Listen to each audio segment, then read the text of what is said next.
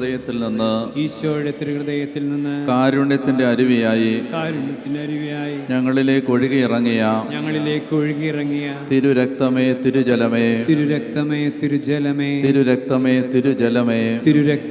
തിരുജലമേ ഞാൻ അങ്ങിൽ ശരണപ്പെടുന്നു. ഹല്ലേലൂയ ഹല്ലേലൂയ ഹല്ലേലൂയ ഹല്ലേലൂയ. കണ്ണുകളടച്ച് പരിശുദ്ധാത്മാവിനെ ഈ ദിവസങ്ങളെ നമുക്ക് സമർപ്പിക്കാം. ആത്മാവിൻ്റെ പൂർണ്ണമായ നിയന്ത്രണം നമ്മുടെ ജീവിതത്തിൽ സംഭവിക്കാനും കർത്താവ് ആഗ്രഹിക്കുന്ന കാര്യങ്ങൾ പ്രഘോഷിക്കപ്പെടാനും കർത്താവ് അരുളി ചെയ്യുന്ന വചനങ്ങൾ ഹൃദയം തുറന്ന് സ്വീകരിക്കാനും കർത്താവിൻ്റെ സ്വരം കേൾക്കാനും ജീവിതത്തിൻ്റെ സമസ്ത ദുഃഖമേഖലകളിലും കർത്താവിൻ്റെ സാന്നിധ്യം കടന്നു വരാനും ആഗ്രഹിച്ച് പ്രാർത്ഥിക്കാം. പരിശുദ്ധമായ ഇവിടുത്തെ സാന്നിധ്യത്തിന് വേണ്ടി ദാഹിക്കാം. പരിശുദ്ധാത്മാവ് വന്നു കഴിയുമ്പോൾ നിങ്ങൾ ശക്തി പ്രാപിക്കും. ജെറുസലേമിലെ യൂദയായാലും സമരിയായാലും ഭൂമിയുടെ അതിർത്തികൾ വരെയും നിങ്ങൾ എൻ്റെ സാക്ഷികളായിരിക്കും. കണ്ണീരോടെയാണ് അവർ വന്നത്, ഞാൻ അവരെ ആശ്വസിപ്പിച്ച് പറഞ്ഞയക്കും. വിത്തും ചുമന്നുകൊണ്ട് വിലാപത്തോടെ വന്നവർ കറ്റയും ചുമന്നുകൊണ്ട് ആഹ്ലാദത്തോടെ വീട്ടിലേക്ക് മടങ്ങും. ജെറുസലേമിൽ വസിക്കുന്ന സിയോൻ ജനമേ, ഇനിമേ നിങ്ങൾ കരയുകയില്ല. കരയുന്ന മക്കളുടെ കണ്ണുനീര് അവിടുന്ന് തുടച്ചു മാറ്റും. ദുഃഖമോ മുറവിളിയോ വിലാപത്തിൻ്റെ സ്വരമോ അവിടെ കേൾക്കുകയില്ല. നിന്നോട് കരുണയുള്ളവൻ നീർച്ചാലുകൾക്കരികിലൂടെ നിന്നെ കൊണ്ടുപോകും. ഹൃദയം തുറന്ന് സ്തുതിക്കുക. ഹല്ലേലൂയ ഹല്ലേലൂയ ഹല്ലേലൂയ ഹല്ലേലൂയ ഹല്ലേലൂയ ഹല്ലേലൂയ ഹല്ലേലൂയ ഹല്ലേലൂയ ഹല്ലേലൂയ ഹല്ലേലൂയ ഹല്ലേലൂയ ഹല്ലേലൂയ ഹല്ലേലൂയ ഹല്ലേലൂയ ഹല്ലേലൂയ ഹല്ലേലൂയ ഹല്ലേലൂയ. സിനായി മാമലയിൽ ഇറങ്ങി വന്നവനെ, ആത്മദാഹം തീർക്കുവാൻ ഇറങ്ങി വാ വേഗം. പരിശുദ്ധാത്മാവേ, വലിയ ആഗ്രഹത്തോടെ ദാഹത്തോടെ പ്രാർത്ഥിക്കുന്നു. ആത്മാവിൻ്റെ സാന്നിധ്യമേ കൂടാരത്തിൽ അയക്കണമേ എന്ന് പ്രാർത്ഥിക്കുന്നു. ഹല്ലേലൂയ ഹല്ലേലൂയ ഹല്ലേലൂയ ഹല്ലേലൂയ ഹല്ലേലൂയ ഹല്ലേലൂയ ഹല്ലേലൂയ ഹല്ലേലൂയ ഹല്ലേലൂയ.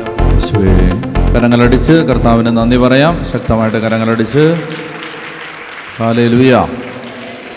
ഇരിക്കാം.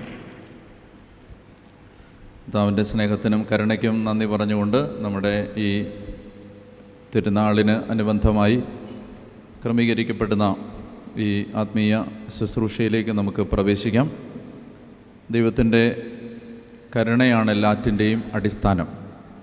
മനുഷ്യൻ്റെ ആഗ്രഹമോ പ്രയത്നമോ അല്ല, ദൈവത്തിൻ്റെ ദയയാണ് എല്ലാറ്റിൻ്റെയും അടിസ്ഥാനം. അപ്പോൾ അതുകൊണ്ട് കർത്താവിൻ്റെ കരുണയിൽ നമുക്ക് ആശ്രയിക്കാം. ദൈവം നമുക്ക് തരുന്ന അനുഗ്രഹം 54-ാം സങ്കീർത്തനം 2-ാമത്തെ തിരുവചനം 2-3 വാക്യങ്ങൾ ബൈബിളെടുത്ത് വായിക്കാം. 54-ാം അധ്യായം യെശയ്യാ പ്രവചനം 54-ാം അധ്യായം. യെശയ്യാ 54 2-3 തിരുവചനം. യെശയ്യാ 54 2-3 തിരുവചനം വായിക്കാം. നിന്റെ കൂടാരം, ഉറക്കെ വായിച്ചേ, നിന്റെ കൂടാരം വിസ്തൃതമാക്കുക, അതിലെ തിരശീലകൾ വിരിക്കുക, കയറുകൾ ആവുന്നത്ര അയച്ച് നീളം കൂട്ടുക, കുറ്റികൾ ഉറപ്പിക്കുകയും ചെയ്യുക. നീ ഇരുവശത്തേക്കും അതിര് ഭേദിച്ച് വ്യാപിക്കും. ഇതാണ് ദൈവമക്കൾക്ക് ദൈവം തരുന്ന അനുഗ്രഹം. അതായത് ഇരുവശത്തേക്കും അതിര് ഭേദിച്ച് വ്യാപിക്കും എന്ന് പറഞ്ഞേ. ഞാൻ ഇരുവശത്തേക്കും അതിര് ഭേദിച്ച് വ്യാപിക്കും. അതൊരു അനുഗ്രഹമാണ്. അത് പറയണം. ഉറക്കെ പറഞ്ഞേ. ഞാൻ ഇരുവശത്തേക്കും അതിര് ഭേദിച്ച് വ്യാപിക്കും. ഞാൻ ഇരുവശത്തേക്കും അതിര് ഭേദിച്ച് വ്യാപിക്കും. പറഞ്ഞേ. ഇങ്ങനൊന്നും പറഞ്ഞാൽ പോരാ, ഉച്ചത്തിൽ പറയണം. പറഞ്ഞേ. ഞാൻ ഇരുവശത്തേക്കും അതിര് ഭേദിച്ച് വ്യാപിക്കും. അതായത് എൻ്റെ അതിരുകൾ വിസ്തൃതമാകും. ബൈബിളിൽ യാബസ് എന്ന പേരുള്ളൊരു മനുഷ്യനുണ്ടായിരുന്നു, യാബസ്. അപ്പോൾ ഈ യാബസ് പ്രാർത്ഥിച്ചത് സമാനമായ ഒരു പ്രാർത്ഥനയാണ്. ഇതുപോലൊരു പ്രാർത്ഥനയാണ് യാബസ് പ്രാർത്ഥിക്കുന്നത്. ദിനവൃത്താന്ത പുസ്തകത്തിൽ നമ്മൾ വായിക്കുന്ന ഒരു പേരാണ് യാബസ്. ആ പേരെന്ന് പറഞ്ഞേ എന്താണ്? യാബസ്. 1 ദിനവൃത്താന്തം 4-ാം അധ്യായം 9 മുതലുള്ള വാക്യങ്ങൾ. 1 ദിനവൃത്താന്തം 4-ാം അധ്യായം 9, 10 വാക്യങ്ങൾ വായിക്കാമോ? 1 ദിനവൃത്താന്തം 4, 9, 10 വായിക്കാമോ? യാബസ് വായിക്കേ. അവൻ്റെ വായിച്ചോ. യാബസ് അവൻ്റെ സഹോദരന്മാരെക്കാൾ ബഹുമാന്യനായിരുന്നു. ഞാൻ അവനെ വേദനയോടെ പ്രസവിച്ചു എന്ന് പറഞ്ഞ് അവൻ്റെ അമ്മ അവനെ അപ്പോൾ യാബസ് എന്ന് പേരിട്ടതിൻ്റെ കാരണം എന്താണ്? ഞാൻ അവനെ വേദനയോടെ പ്രസവിച്ചു എന്ന് പറഞ്ഞിട്ടാണ്. ഈ വേദനയോടെ പ്രസവിക്കാത്ത ആരാ ഉള്ളേ? സിസേറിയൻ വല്ലതായിരുന്നു. അപ്പോൾ സിസേറിയൻ ആണെങ്കിലും വേദന ഉണ്ടെന്നാണ് പറയുന്നത്. അറിഞ്ഞൂടാ, അങ്ങനെയാണ് പറയുന്നത്. അപ്പോൾ ഇത് പ്രസവ വേദന ആവുമോ? ആണോ? പ്രസവിച്ച ആളല്ലേ, പറ. ഇത് പ്രസവ വേദന ആവുമോ? അല്ല. കാരണം ഇത് വേദനയോടെയാണ് ഞാൻ ഇവനെ പ്രസവിച്ചത് എന്ന് പറഞ്ഞ് അമ്മ യാബസ് എന്ന് പേരിട്ടാൽ ലോകത്തുള്ള എല്ലാ പിള്ളേർക്കും യാബസ് എന്ന് പേരിടേണ്ടി വരും, അല്ലേ? കാരണം ഒരു തരത്തിൽ അല്ലെങ്കിൽ മറ്റൊരു തരത്തിൽ മക്കളെ പ്രസവിക്കുന്നതിനും അല്ലെങ്കിൽ മക്കളെ ഗർഭധാരണം കഴിഞ്ഞ് മക്കളെ ഉദരത്തിൽ വഹിച്ച് കൊണ്ട് നടന്ന് പ്രസവത്തോളം എത്തിക്കുന്നതിന് എല്ലാ അമ്മമാരും വേദനിക്കുന്നുണ്ട്. അപ്പോൾ അതുകൊണ്ട് ഇത് ഒരു ലേബർ പെയിൻ അല്ല, പ്രസവ വേദനയല്ല. ഞാൻ അവനെ വേദനയോടെ പ്രസവിച്ചു എന്ന് പറഞ്ഞ് അവൻ്റെ അമ്മ അവന് യാബസ് എന്ന് പേരിട്ടെന്ന് പറഞ്ഞാൽ അതിൻ്റെ അർത്ഥം അമ്മയ്ക്ക് പ്രസവ വേദന ഉണ്ടായതുകൊണ്ട് യാബസ് എന്ന് പേരിട്ടെന്നല്ല. മറിച്ച് ഈ കുഞ്ഞിനെ ഗർഭം ധരിച്ച നാൾ മുതൽ ഈ അമ്മ കടുത്ത വേദനകളിലൂടെ കടന്നു പോകാൻ ഇടയാകത്തക്ക വിധം രൂക്ഷമായ അനുഭവങ്ങൾ കുടുംബത്തിലുണ്ടായിരുന്നു എന്നാവണം അതിൻ്റെ അർത്ഥം. അതായത് ഈ കുഞ്ഞിനെ ഗർഭം ധരിച്ച മിനിറ്റ് മുതൽ പ്രസവിക്കുന്നത് വരെ അമ്മ കടന്നുപോയ അഗ്നിശോധനകൾ വലുതായിരുന്നു എന്ന് വേണം മനസ്സിലാക്കാൻ. അതാവണം ഞാൻ അവനെ വേദനയോടെ പ്രസവിച്ചു എന്ന് പറഞ്ഞ്. അപ്പോൾ ഇവനെ ഇങ്ങനെ പറയില്ലേ, ഈ പറഞ്ഞുകൂടാത്താണ് അങ്ങനെ. ഇപ്പോൾ ചില ആളുകളൊക്കെ പറയും, എന്താ പറയുന്നത്, നിൻ്റെ തലവട്ടം കണ്ടേ പിന്നെ പറയണ്ട, അത് പറഞ്ഞുകൂടാത്തതാണത്. അപ്പോൾ പറയത്തില്ലേ, അല്ലെ പറയുകയാണ് ഈ ഇങ്ങനെ, നിങ്ങൾക്കത് കുറച്ചുകൂടെ മനസ്സിലാവും. എന്താ, ഇപ്പോൾ രാവിലെ എഴുന്നേറ്റ ഉടനെ കണി കണ്ടത് വിളയിലച്ചനെയാണെന്ന് വിചാരിക്കുക. അപ്പോൾ എന്തു പറയും? എന്ന് നല്ല അതേസമയം വേറെ വല്ലവരെയാണ് കാണുന്നതെങ്കിൽ നമ്മളെന്ത് പറയും? അയ്യോ ഇന്നത്തെ ഈ ദിവസവും പോയി. അപ്പോൾ ഇതൊക്കെ മാറിയിട്ടില്ലല്ലേ? അപ്പോൾ ഇതെന്താണ്? ഇതായത് ഈ കുഞ്ഞിനെ ഗർഭം ധരിച്ച നിമിഷം മുതൽ അമ്മ ചിന്തിക്കുകയാണ്, അമ്മ ഇങ്ങനെ ചിന്തിക്കുകയാണ്. അമ്മ ചിന്തിച്ചുകൊണ്ടിരിക്കുന്നത് ഈ കൊച്ച് വയറ്റിലുണ്ടായ കാലം മുതൽ കുടുംബത്തിൽ പ്രയാസമല്ലാതെ വേറെ ഒന്നുമില്ല. പറഞ്ഞേ ഹല്ലേലൂയ. ഈ കുഞ്ഞ് വയറ്റിലുണ്ടായ സമയം മുതൽ പ്രയാസമല്ലാതെ വേറെ ഒന്നുമില്ല. അതാണ് ഈ അമ്മ അനുഭവം. യാബസിനെ ഗർഭം ധരിച്ച നിമിഷം മുതൽ അമ്മ കടന്നു പോകുന്നത് ഈറ്റുനോവ് മാത്രമല്ല, അമ്മ ഗർഭധാരണ അല്ലെ ഗർഭകാലത്ത് അനുഭവിക്കുന്ന വേദന മാത്രമല്ല, മറിച്ച് അമ്മ കടന്നു പോകുന്നത് രൂക്ഷമായ തീക്ഷ്ണമായ ലോഹലായനിക്കകത്ത്, ചുട്ടുപൊള്ളുന്ന ലോഹലായനിക്കകത്ത് ഇട്ടിരിക്കുന്നത് പോലെ, തിളച്ച വെള്ളം കോരിയൊഴിക്കുന്നത് പോലെ, മുളകരച്ച് തേക്കുന്നത് പോലെ, തീക്കാത്തൂടെ നടക്കുന്നത് പോലെ, അങ്ങനെ ഒരു തീക്ഷ്ണമായ ദുരിത അനുഭവത്തിലൂടെ കടന്നു പോകേണ്ടി വന്നപ്പോൾ ഈ കുഞ്ഞ് വന്നതിൽ പിന്നെ പ്രയാസമാണല്ലോ എന്ന് ഓർത്ത അമ്മ കുഞ്ഞ് പ്രസവിച്ചപ്പോൾ അതിന് പേരിട്ടു. എന്താണ്? യാബസ്. യാബസ് എന്ന പേരിൻ്റെ അർത്ഥം വേദന തിന്നുന്നവൻ എന്നാണ്. എന്താണ്? ഇപ്പം നിങ്ങൾ നല്ല ചോദിക്കും, ഇത് ഈ യാബസ് എന്ന് ഇപ്പോൾ നമ്മൾ ഈ വാക്ക് ഏത് ഭാഷയിലാണ്? യാബസ് ഏത് ഭാഷയിലാണ് ഈ ബൈബിള് പഴയ നിയമം എഴുതപ്പെട്ടിരിക്കുന്നത്? തമിഴിലാണ്. നീ ഇങ്ങനെ ഇരുന്നോ കേട്ടോ. ഏത് ഭാഷയിലാണ് ഈ ബൈബിൾ എഴുതപ്പെട്ടത്? പറ. ഹീബ്രു. പഴയ നിയമം എഴുതപ്പെട്ടത് ഹെബ്രായ ഭാഷയിലാണ്, ഹീബ്രു ഭാഷയാണ്. പുതിയ നിയമോ? പുതിയ നിയമം ഏത് ഭാഷയിലാണ്? തുളുവോ? ഏതാ? ഗ്രീക്ക്. പുതിയ നിയമം ഗ്രീക്ക് ഭാഷയിലും പഴയ നിയമം ഹെബ്രായ ഭാഷയിലുമാണ്. അപ്പോൾ ഹെബ്രായ ഭാഷയിൽ ഇപ്പം നമ്മൾ ഇവിടെ ഇരുന്ന് വായിക്കുമ്പോൾ കുഴപ്പമില്ല, യാബസ് അല്ലേ? മലയാളികളായി നമുക്ക് യാബസ് എന്ന് പറയുമ്പോൾ പ്രത്യേകിച്ച് ഒരു ഫീലിങ്ങും ഇല്ല, അല്ലെങ്കിൽ തന്നെ ഒരു ഫീലിംഗ് ഇല്ല. പിന്നെ ഈ പേര് കേൾക്കുമ്പോൾ ഒരു ഫീലിങ്ങും ഇല്ല നമുക്ക്. യാബസ് എന്ന് കേൾക്കുമ്പോൾ ഒരു പ്രത്യേകിച്ചൊരു ഫീലിങ്ങും ഇല്ല. കേൾക്കുന്നുണ്ടോടാ? കേൾക്കുന്നുണ്ടോ? അപ്പോൾ എന്നാൽ നിങ്ങളൊന്ന് ആലോചിച്ച് നോക്ക്, മലയാളത്തിലായിരുന്നു ഈ പേരെങ്കിൽ ഈ കൊച്ചിൻ്റെ പേരെന്താണ്? വേദന തിന്നുന്നവൻ. സ്കൂളിലൊക്കെ പോകുമ്പോൾ പിള്ളേർ വിളിക്കണം, വേദന തിന്നുന്നവൻ പ്രസൻസാർ. എന്നരച്ച് എന്തൊരു നാണക്കേടാണല്ലേ ആ പേര്, വേദന തിന്നുന്നവൻ. വേദന തിന്നുന്നവൻ ഇന്ന് വന്നില്ലേ? ഇല്ല. അവനെന്താ? അവന് വയറുവേദനയാണ് സാർ, വേദന തിന്നുന്നത്. അപ്പോൾ ഇവന് ഈ പേര് നാണക്കേടാണ്. സത്യം പറഞ്ഞേ ഹല്ലേലൂയ. ഈ യാബസിനെ സംബന്ധിച്ച് ഈ പേര് നാണക്കേടാണ്. ഇവന് നാണക്കേടാണ് ഈ പേര്. എല്ലായിടത്തും ചെല്ലുമ്പോൾ ഇപ്പം നിങ്ങൾക്ക് അലർജി എന്ന് പേരിട്ട് അങ്ങനെ ഇരിക്കും. അലർജി എവിടെ ചെന്നാലും നാണക്കേടല്ലേ ഈ പേര്? പേരെന്താ? അലർജി. നാണക്കേടല്ലേ എന്ന് പറഞ്ഞ പോലാണ് അമ്മ ഇവന് പേരിട്ടപ്പോൾ അമ്മയുടെ മനപ്രയാസം തീരാൻ വേണ്ടി പേരിട്ടതാണെങ്കിലും ജീവിതകാലം മുഴുവൻ ഇവൻ ഈ പേര് തന്നെ ഒരു നാണക്കേടാണ്. അപ്പോൾ വചനം പറയുകയാണ്, അങ്ങനെ ഇരിക്കുമ്പോൾ ഞാൻ അവനെ വേദനയോടെ പ്രസവിച്ചു എന്ന് പറഞ്ഞ് അവൻ്റെ അമ്മ അവന് യാബസ് എന്ന് പേരിട്ടു. അവൻ ഇസ്രായേലിൻ്റെ ദൈവത്തോട് പ്രാർത്ഥിച്ചു. ഇവിടെയാണ് ജീവിതത്തിലെ വ്യത്യാസങ്ങൾ ആരംഭിക്കുന്നത്. ഇവിടെയാണ് ജീവിതത്തിലെ ഡിഫറൻസ് മാർക്ക് ചെയ്യപ്പെടുന്നത്. ഇവിടാണ്. മനസ്സിലായോ? ഇവിടെ തൊട്ട് മുമ്പ് നിങ്ങൾ അധികം പേരും ബൈബിൾ കൊണ്ടുവന്നിട്ടില്ലാത്തതുകൊണ്ട് നോക്കി കാണത്തില്ല, വായിച്ചപ്പോൾ ശ്രദ്ധിച്ച് കാണത്തില്ല. നാളെ കൊണ്ടുവരണം കേട്ടോ. ബൈബിൾ കൊണ്ടുവരണം, കമ്പൽസറി ആയിട്ട് കൊണ്ടുവരണം. കാരണം അങ്ങനെ നമ്മൾ വായിക്കുമ്പോഴേ ഇതിൻ്റെ ഈ വിശദമായ വായനകൾ പിടികിട്ടും. കേൾക്കുമ്പോൾ എല്ലാം പകുതി കേട്ടിട്ട് പകുതിയെ മറന്നു പോകും കേട്ടോ. അപ്പോൾ യാബസ് അവൻ്റെ പറയുന്നത് എങ്ങനെയാണ്? യാബസ് അവൻ്റെ സഹോദരന്മാരെക്കാൾ എന്താ വായിച്ച വാക്യം വായിച്ചേ? യാബസ് എവിടെ? ബൈബിൾ. യാബസ് അവൻ്റെ സഹോദരന്മാരെക്കാൾ ബഹുമാന്യനായിരുന്നു. He was more respectable than his brothers. He was more respectable. ബഹുമാന്യനായിരുന്നു.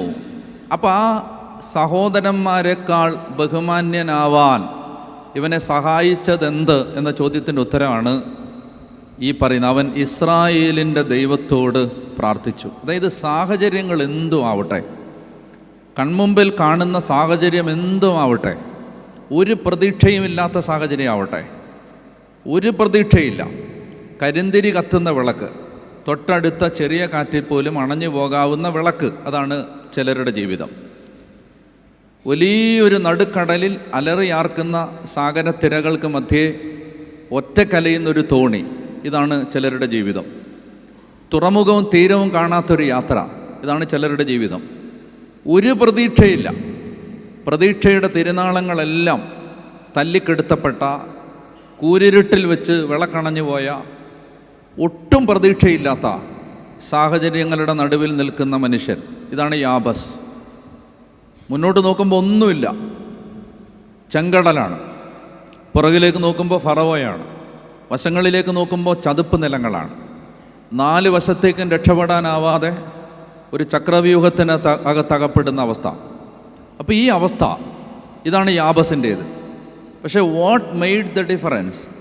എന്ത് വ്യത്യാസം? എന്താണ് വ്യത്യാസം? എന്താണ് ഇവൻ്റെ ജീവിതത്തെ സഹോദരന്മാരെക്കാൾ ബഹുമാന്യനാക്കി മാറ്റിയത്? അവൻ ഇസ്രായേലിൻ്റെ ദൈവത്തോട് പ്രാർത്ഥിച്ചു.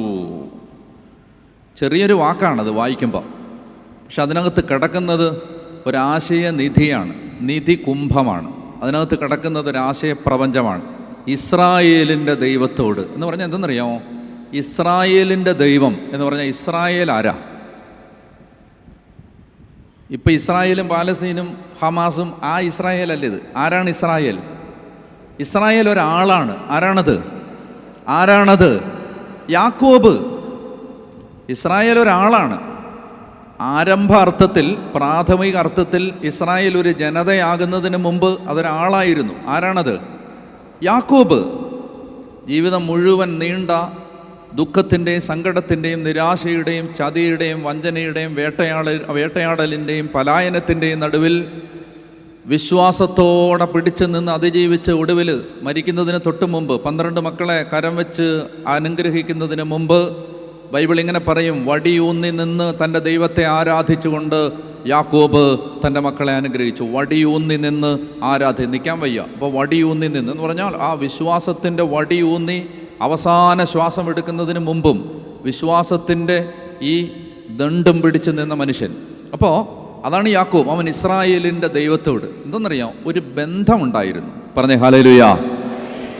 മൊത്തം ജീവിതത്തെയും തിരുത്തി എഴുതുന്നത് ഒരു ബന്ധമാണ്. ബന്ധം ആരോടുള്ള ബന്ധം? ഇസ്രായേലിൻ്റെ ദൈവത്തോടുള്ള ബന്ധം.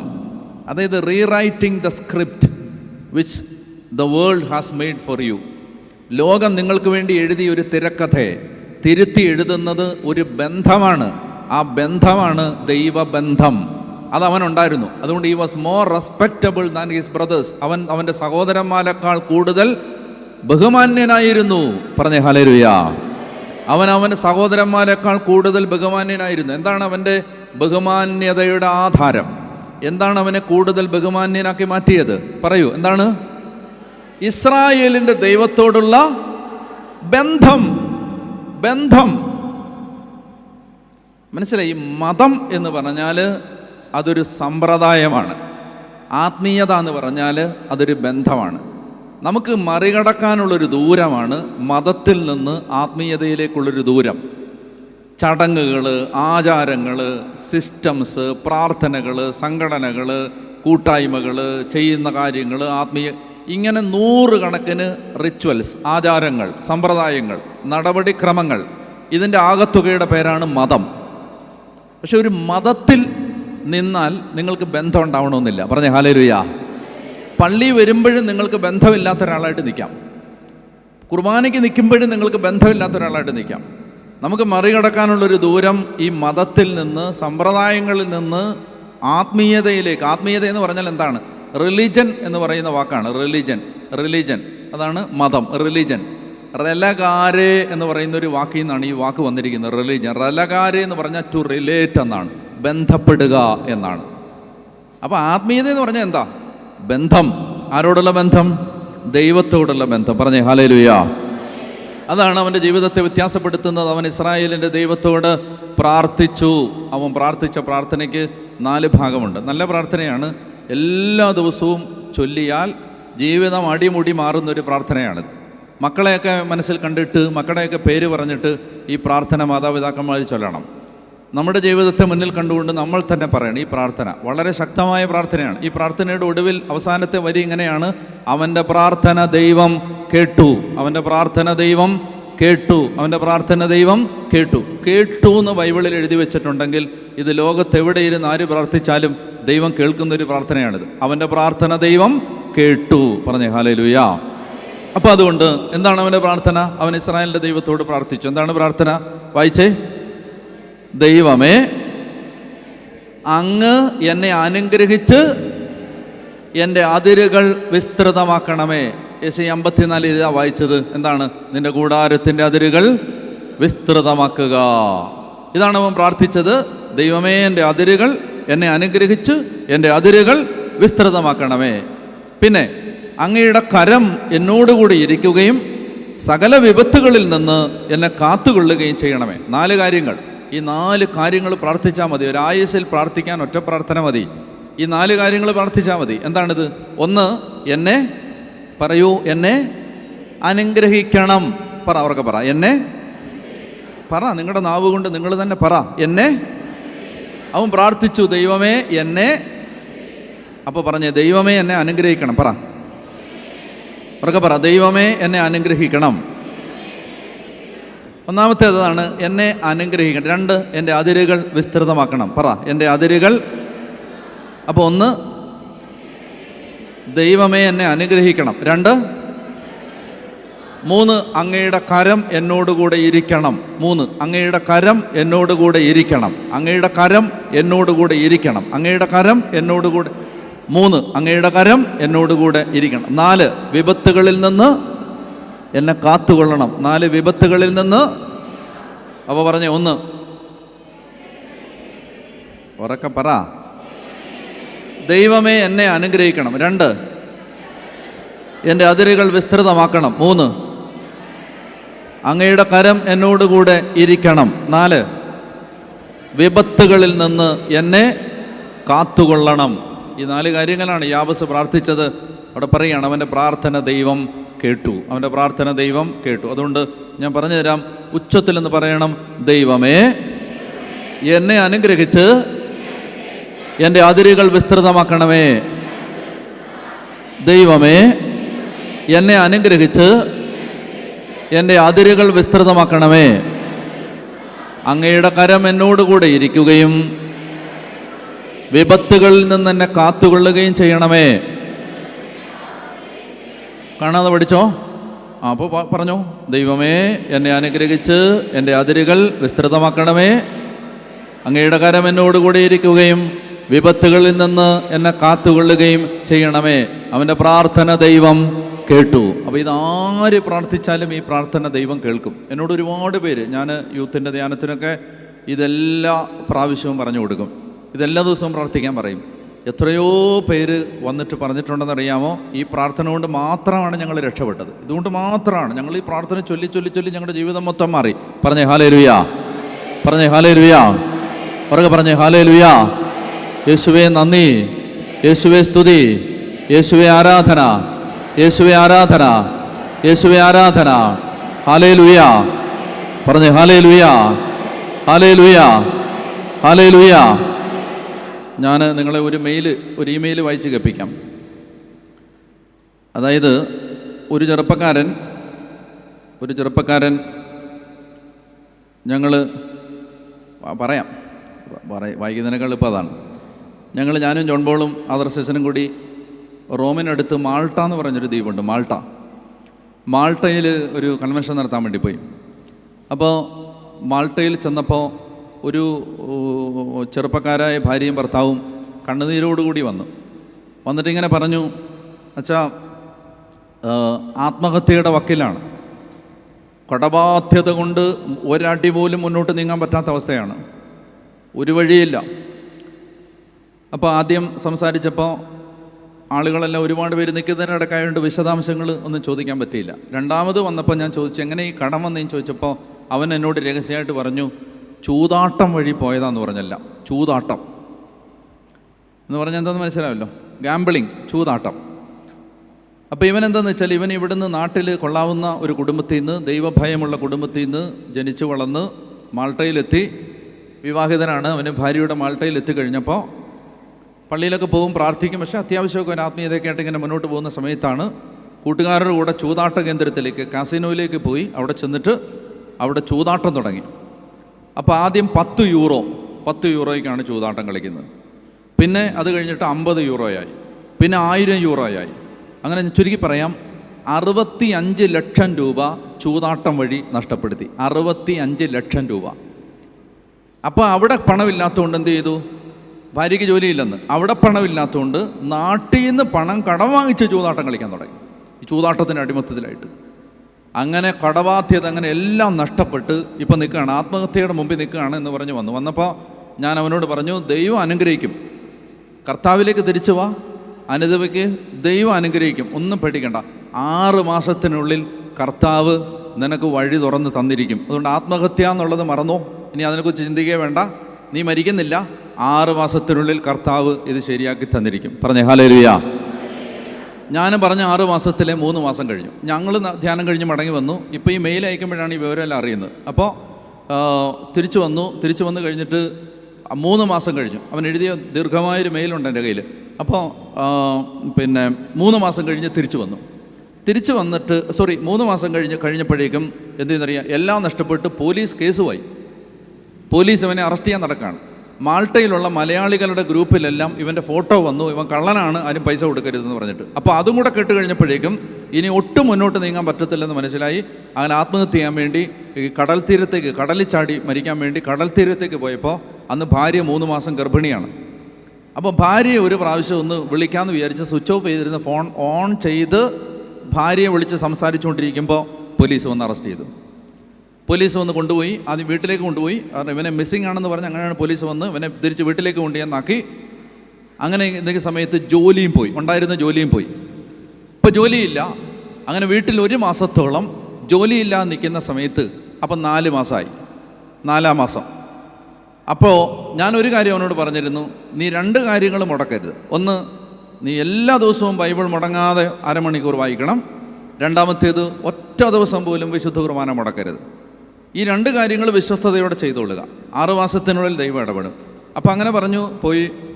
ഇവനെന്ത് ചെയ്തു? ഇത്രയും രൂക്ഷമായ പ്രശ്നങ്ങളുടെ നടുവിൽ നിൽക്കുമ്പോഴും അവൻ ബൈബിളും വായിക്കുന്നുണ്ട്, കുർബാനയ്ക്കും പോകുന്നുണ്ട്, ഇത്രയും ചെയ്യുന്നുണ്ട്. അപ്പം നിങ്ങൾ ഓർക്കണം, ഒരാൾ കള്ളനെന്നുള്ള മുദ്ര കുത്തപ്പെട്ടു. ഈ പള്ളിയുടെ വാട്സപ്പ് ഗ്രൂപ്പിലും മലയാളികളുടെ വാട്സപ്പ് ഗ്രൂപ്പിലും എല്ലാം ഇവൻ്റെ പിക്ചർ വന്നു.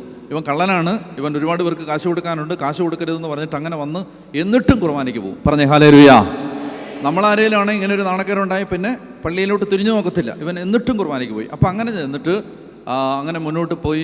ഒരു മാസത്തിനുള്ളിൽ തിരിച്ചു വന്നിട്ട് ഒരുപാട് രാജ്യങ്ങളിലേക്ക് അവൻ എന്നോട് പറയുകയാണ്, 600ഓളം ഇമെയിലുകൾ ഞാൻ വിവിധ രാജ്യങ്ങളിലേക്ക് വിവിധ കമ്പനികൾക്ക് ജോലിക്ക് വേണ്ടി അപേക്ഷിച്ചു. UK പോകാനാണ് ആഗ്രഹിച്ചത്. പക്ഷേ ന്യൂസിലാൻഡിൽ പോകാനായിട്ടുള്ള വിസ വന്നു. ന്യൂസിലാൻഡിലേക്ക് ഞാനും ഭാര്യയും പോകാൻ ദൈവമിടയാക്കി. അച്ഛൻ പറഞ്ഞ 6 മാസത്തിനുള്ളിൽ ഞാൻ ഈ ന്യൂസിലാൻഡിൽ ഞാൻ മാൾട്ടയിൽ ചെയ്തുകൊണ്ടിരുന്ന ജോലിക്ക് കിട്ടിയിരുന്ന ശമ്പളത്തിൻ്റെ ഇരട്ടി ശമ്പളത്തിൽ ഞാനിതാ ന്യൂസിലാൻഡിൽ ജോലി ചെയ്യുന്നു. ന്യൂസിലാൻഡിൽ വരുമ്പോൾ കാണാം, അവിടെ വെച്ചിട്ട് കാണാം. അവൻ എന്നോട് പറയാണ്, എവിടെ പോയാലും ഇത് പറയണം. ദൈവം തലവര തിരുത്തും, ദൈവം അനുഗ്രഹിക്കും, ദൈവം ഏറ്റെടുക്കും, ദൈവം സഹായിക്കും. ഞങ്ങൾ ആത്മഹത്യ ചെയ്യാനിരുന്ന കുടുംബമാണ്, ദൈവം സഹായിച്ചു. പറഞ്ഞേ ഹല്ലേലൂയ. അപ്പം അതുകൊണ്ടാണ് ഞാൻ പറഞ്ഞു വരുന്നത്, ദൈവമേ എന്നെ അനുഗ്രഹിച്ച് എൻ്റെ അതിരുകൾ വിസ്തൃതമാക്കണമേ എന്ന് നമ്മളിത് ആഗ്രഹിക്കുമ്പോൾ വിശ്വസിക്കണം, കർത്താവ് ഏത് പ്രതീക്ഷയേറ്റ സാഹചര്യത്തിൽ ഇടപെടും. അതുകൊണ്ടാണ് നമുക്കതുകൊണ്ട് യെശയ്യാ 54 തിരിച്ചു വരാം. നിന്റെ കൂടാരത്തിൻ്റെ അതിരുകൾ വിസ്തൃതമാക്കുക. ഒന്ന് വായിച്ചേ, യെശയ്യാ 54:2. ഉറക്കെ വായിക്കാം. കിട്ടുന്നവരെ ഉറക്കെ വേഗം വായിക്കേ. നിന്റെ കൂടാരത്തിൻ്റെ അതിരുകൾ ഉറക്കെ വായിക്കേ. നിങ്ങൾ നിന്റെ കൂടാരം വിസ്തൃതമാക്കുക, അതിൻ്റെ തിരശീലകൾ വിരിക്കുക, കയറുകൾ ആവുന്നത്ര അയച്ച് നീളം കൂട്ടുക. നിർത്തിക്കേ. കയറുകൾ ആവുന്നത്ര അയച്ച് നീളം കൂട്ടുക എന്ന് പറഞ്ഞാൽ എന്തെന്നറിയാമോ?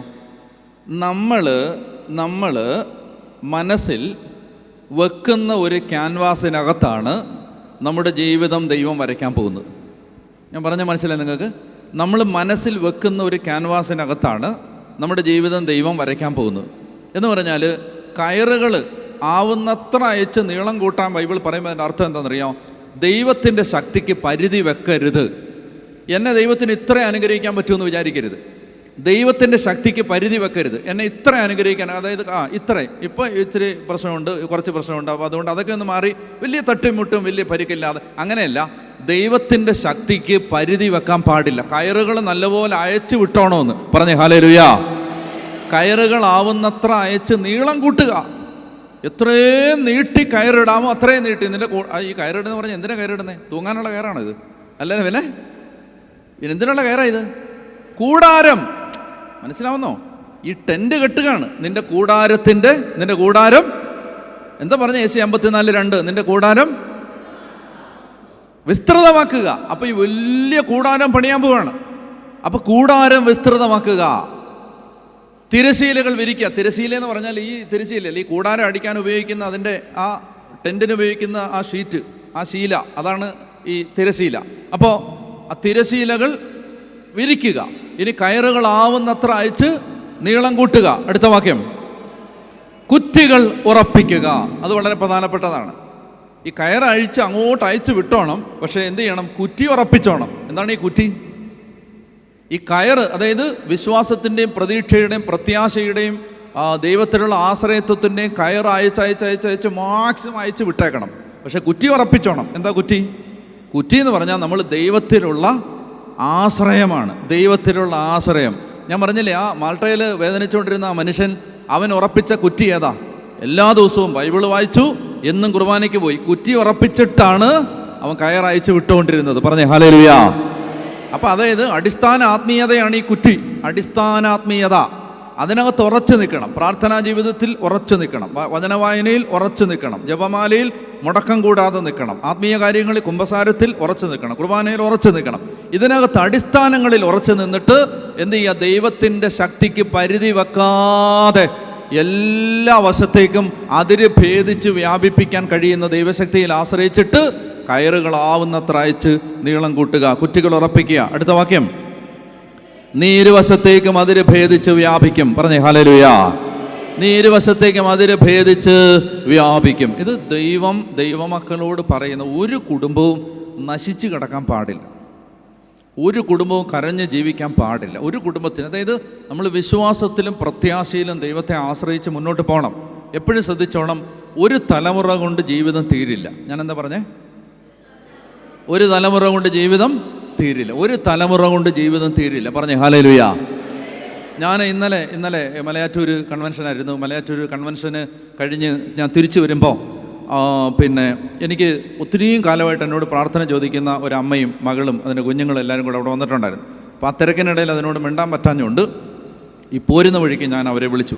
അപ്പോൾ തിരിച്ച് ഇങ്ങോട്ട് വരുന്ന വഴിക്ക് വണ്ടിയിലിരുന്ന് ഞങ്ങൾ സംസാരിച്ചുകൊണ്ടിരുന്നപ്പോൾ ഞാൻ അവളോട് പറഞ്ഞപ്പോൾ അവൾ വിവാഹ പിന്നെ അതായത് അവൻ വിവാഹമോചന ഫയൽ ചെയ്തിരിക്കുകയാണ്. 3 കുഞ്ഞുങ്ങളുണ്ട്. ഒരു തരത്തിലും മുന്നോട്ട് പോയില്ല ആ ബന്ധം. പിന്നെ വിവാഹമോചനം തെറ്റാണെങ്കിലും ഈ കുടുംബത്തിൽ കാരണം ഇനി കൊല്ലുവൻ. അതുപോലാണ് ഇവളെ ഇട്ട് ഇത്രയും വർഷമായിട്ട് നമ്മൾ പറഞ്ഞ് നീ പ്രത്യാശയോടെ നിൽക്ക്, പേടിക്കരുത്, വിഷമിക്കരുത്, കർത്താവ് ഇടപെടും, ഇങ്ങനെ പറഞ്ഞ് ഈ പാവം സഹിച്ച് ഇത്രയും നാളെ നിന്നു. പിന്നെ ഏതായാലും അവരുടെ വീട്ടുകാർ തന്നെ അതുമായിട്ട് മുന്നോട്ട് പോയി. എന്തായാലും സംഭവം തീരാൻ പോവാം. പറഞ്ഞേ ഹല്ലേലൂയ. ഞാൻ പറയാൻ വന്നത്, അപ്പോൾ ഇവൾ എൻ്റെ അടുത്ത് പറഞ്ഞു, എൻ്റെ അച്ഛാ ഒരു ചോദ്യം ചോദിച്ചു. അച്ഛാ, ഇതിപ്പോൾ ഈ പറയുന്ന ഈ കല്യാണത്തെ ഇതിപ്പോൾ 3ാമത്തെ കുഞ്ഞുമായി, അത് കൈക്കുഞ്ഞാ. ഈ 3ാമത്തെ കുഞ്ഞുമായ സമയത്ത് ഈ കുടുംബജീവിതം ഇങ്ങനെ ഒരിടത്തും എത്താതെ തീരാനായിരുന്നെങ്കിൽ, ഇതൊക്കെ അറിയാവുന്ന ദൈവത്തിന് ഈ 3ാമത്തെ കൊച്ചുണ്ടാവുന്നതിന് മുമ്പെങ്കിലും ഇതൊന്ന് പിരിച്ചു കളഞ്ഞാൽ പോരായിരുന്നു. ചോദിക്കുമ്പോൾ മനുഷ്യൻ്റെ യുക്തി കൊണ്ട് ചിന്തിക്കുമ്പോൾ ന്യായമായ ചോദ്യമല്ലേ? കാരണം എന്താ, ഈ 3 കുഞ്ഞുങ്ങളാവുന്ന ഞാൻ എന്നിട്ട് ഇവള് തിരിച്ചു പോവാണ്, അയർലൻഡിലേക്ക് തിരിച്ചു പോവാണ്. തിരിച്ചു പോകുമ്പോൾ ഒറ്റയ്ക്ക് ഇനി ഈ 3 കൊച്ചുങ്ങളെയും കൊണ്ട് ഞാൻ ഒറ്റയ്ക്ക് ജീവിക്കണമെങ്കിൽ പേടിയാന്നൊക്കെ പറഞ്ഞുകൊണ്ടാണ് സംസാരിച്ചുകൊണ്ടിരിക്കുക. അപ്പോൾ എന്നോട് ചോദിക്കുകയാണ്, അച്ഛനൊന്ന് ആലോചിച്ച് നോക്ക്, ഇതിങ്ങനെ തീരാനായിരുന്നെങ്കിൽ, അതായത് എൻ്റെ ജീവിത പങ്കാളി കള്ളുകുടിയിൽ നിന്നും കഞ്ചാവിൽ നിന്നും ഈ പറയുന്ന തോന്നിയാസത്തിൽ നിന്നും ഒന്നും രക്ഷപ്പെട്ട് ഇങ്ങനെ ഇപ്പോൾ ഏതാണ്ട് കുടിച്ച് ചാവാറായി അവൻ. അപ്പോൾ ആ അവസ്ഥയിൽ നിന്നൊന്നും രക്ഷപ്പെടത്തില്ല എന്നൊരവസ്ഥയായിരുന്നെങ്കിൽ പിന്നെ എന്തിനാണ് ഈ 3ാമത്തെ കൊച്ചുണ്ടാവുന്നത് വരെയും ദൈവം എന്തിനാണ് ഇത്രയും കാത്തുവെച്ചത്? പറഞ്ഞേ ഹല്ലേലൂയ. ഞാൻ പരിശുദ്ധാത്മാവിനോട് ചോദിച്ചു, അവ എന്തായിരിക്കും അത് ദൈവമേ? അത് ശരിയാണല്ലോ, ഇവിടെ ചോദിക്കുന്നത് ശരിയാണല്ലോ, അവിടെ ചോദ്യം ന്യായമാണല്ലോ. ദൈവം പറയുന്ന ഉത്തരം എന്തെന്നറിയാമോ? ഒരു തലമുറ കൊണ്ട് ഒന്നും ഇവിടെ അവസാനിക്കുന്നില്ല. അപ്പോൾ അതിനിടയ്ക്ക് അവൾ എന്നോടൊരു വാക്ക് പറഞ്ഞു, എൻ്റെ ഇളയ പെങ്കൊച്ച് ആങ്കൊച്ചാച്ചാ, ഞാൻ അവനെ അച്ഛനാക്കുമെന്ന് പറഞ്ഞു. ഞാൻ അവനെ അച്ഛനാക്കും. അപ്പോൾ ഞാൻ പറഞ്ഞാൽ അത് അതിനകത്തുണ്ട് മറുപടി. നീ പറഞ്ഞില്ലേ അവൻ അച്ഛനാവുമോ അച്ഛനാവാതിരിക്കുകയോ ചെയ്യട്ടെ, അതിനകത്തുണ്ട് മറുപടി. എന്തെന്നറിയാമോ? അതായത് ഇനി ഈ അടുത്ത തലമുറയിൽ ആരറിഞ്ഞു ഈ കുഞ്ഞുങ്ങൾ ആരാവാൻ പോണെന്ന്? ഈ കുഞ്ഞ് ഇപ്പം നീ പറയുകയാണ്, ഈ കുഞ്ഞ് ജനിക്കുന്നതിന് മുമ്പ് ഡിവോഴ്സായി പോയിരുന്നെങ്കിൽ ഈ കുഞ്ഞ് ജനിക്കുമോ? ഒരു കുഞ്ഞ് ജനിച്ചാലുള്ള അഡ്വാൻറ്റേജ് എന്താ? ഒരു കുഞ്ഞ് ഈ ഭൂമിയിൽ ജനിച്ചാലുള്ള ഹലോ മോനെ കൊച്ച ഇങ്ങോട്ട് നോക്കടാ, ഈ ഭൂമിയിൽ ഒരു കുഞ്ഞ് ജനിച്ചാലുള്ള അഡ്വാൻറ്റേജ് എന്താ? ഇങ്ങനെ ഇരുന്ന് വർത്താനമൊക്കെ പറഞ്ഞിരിക്കാം, അതാണ് അഡ്വാൻറ്റേജ്. ഒരു കുഞ്ഞ് ഈ ഭൂമിയിൽ നീ പറ എന്താ ഈ ഭൂമിയിൽ ഒരു കുഞ്ഞ് ജനിച്ചാലുള്ള അഡ്വാൻറ്റേജ് എന്താ?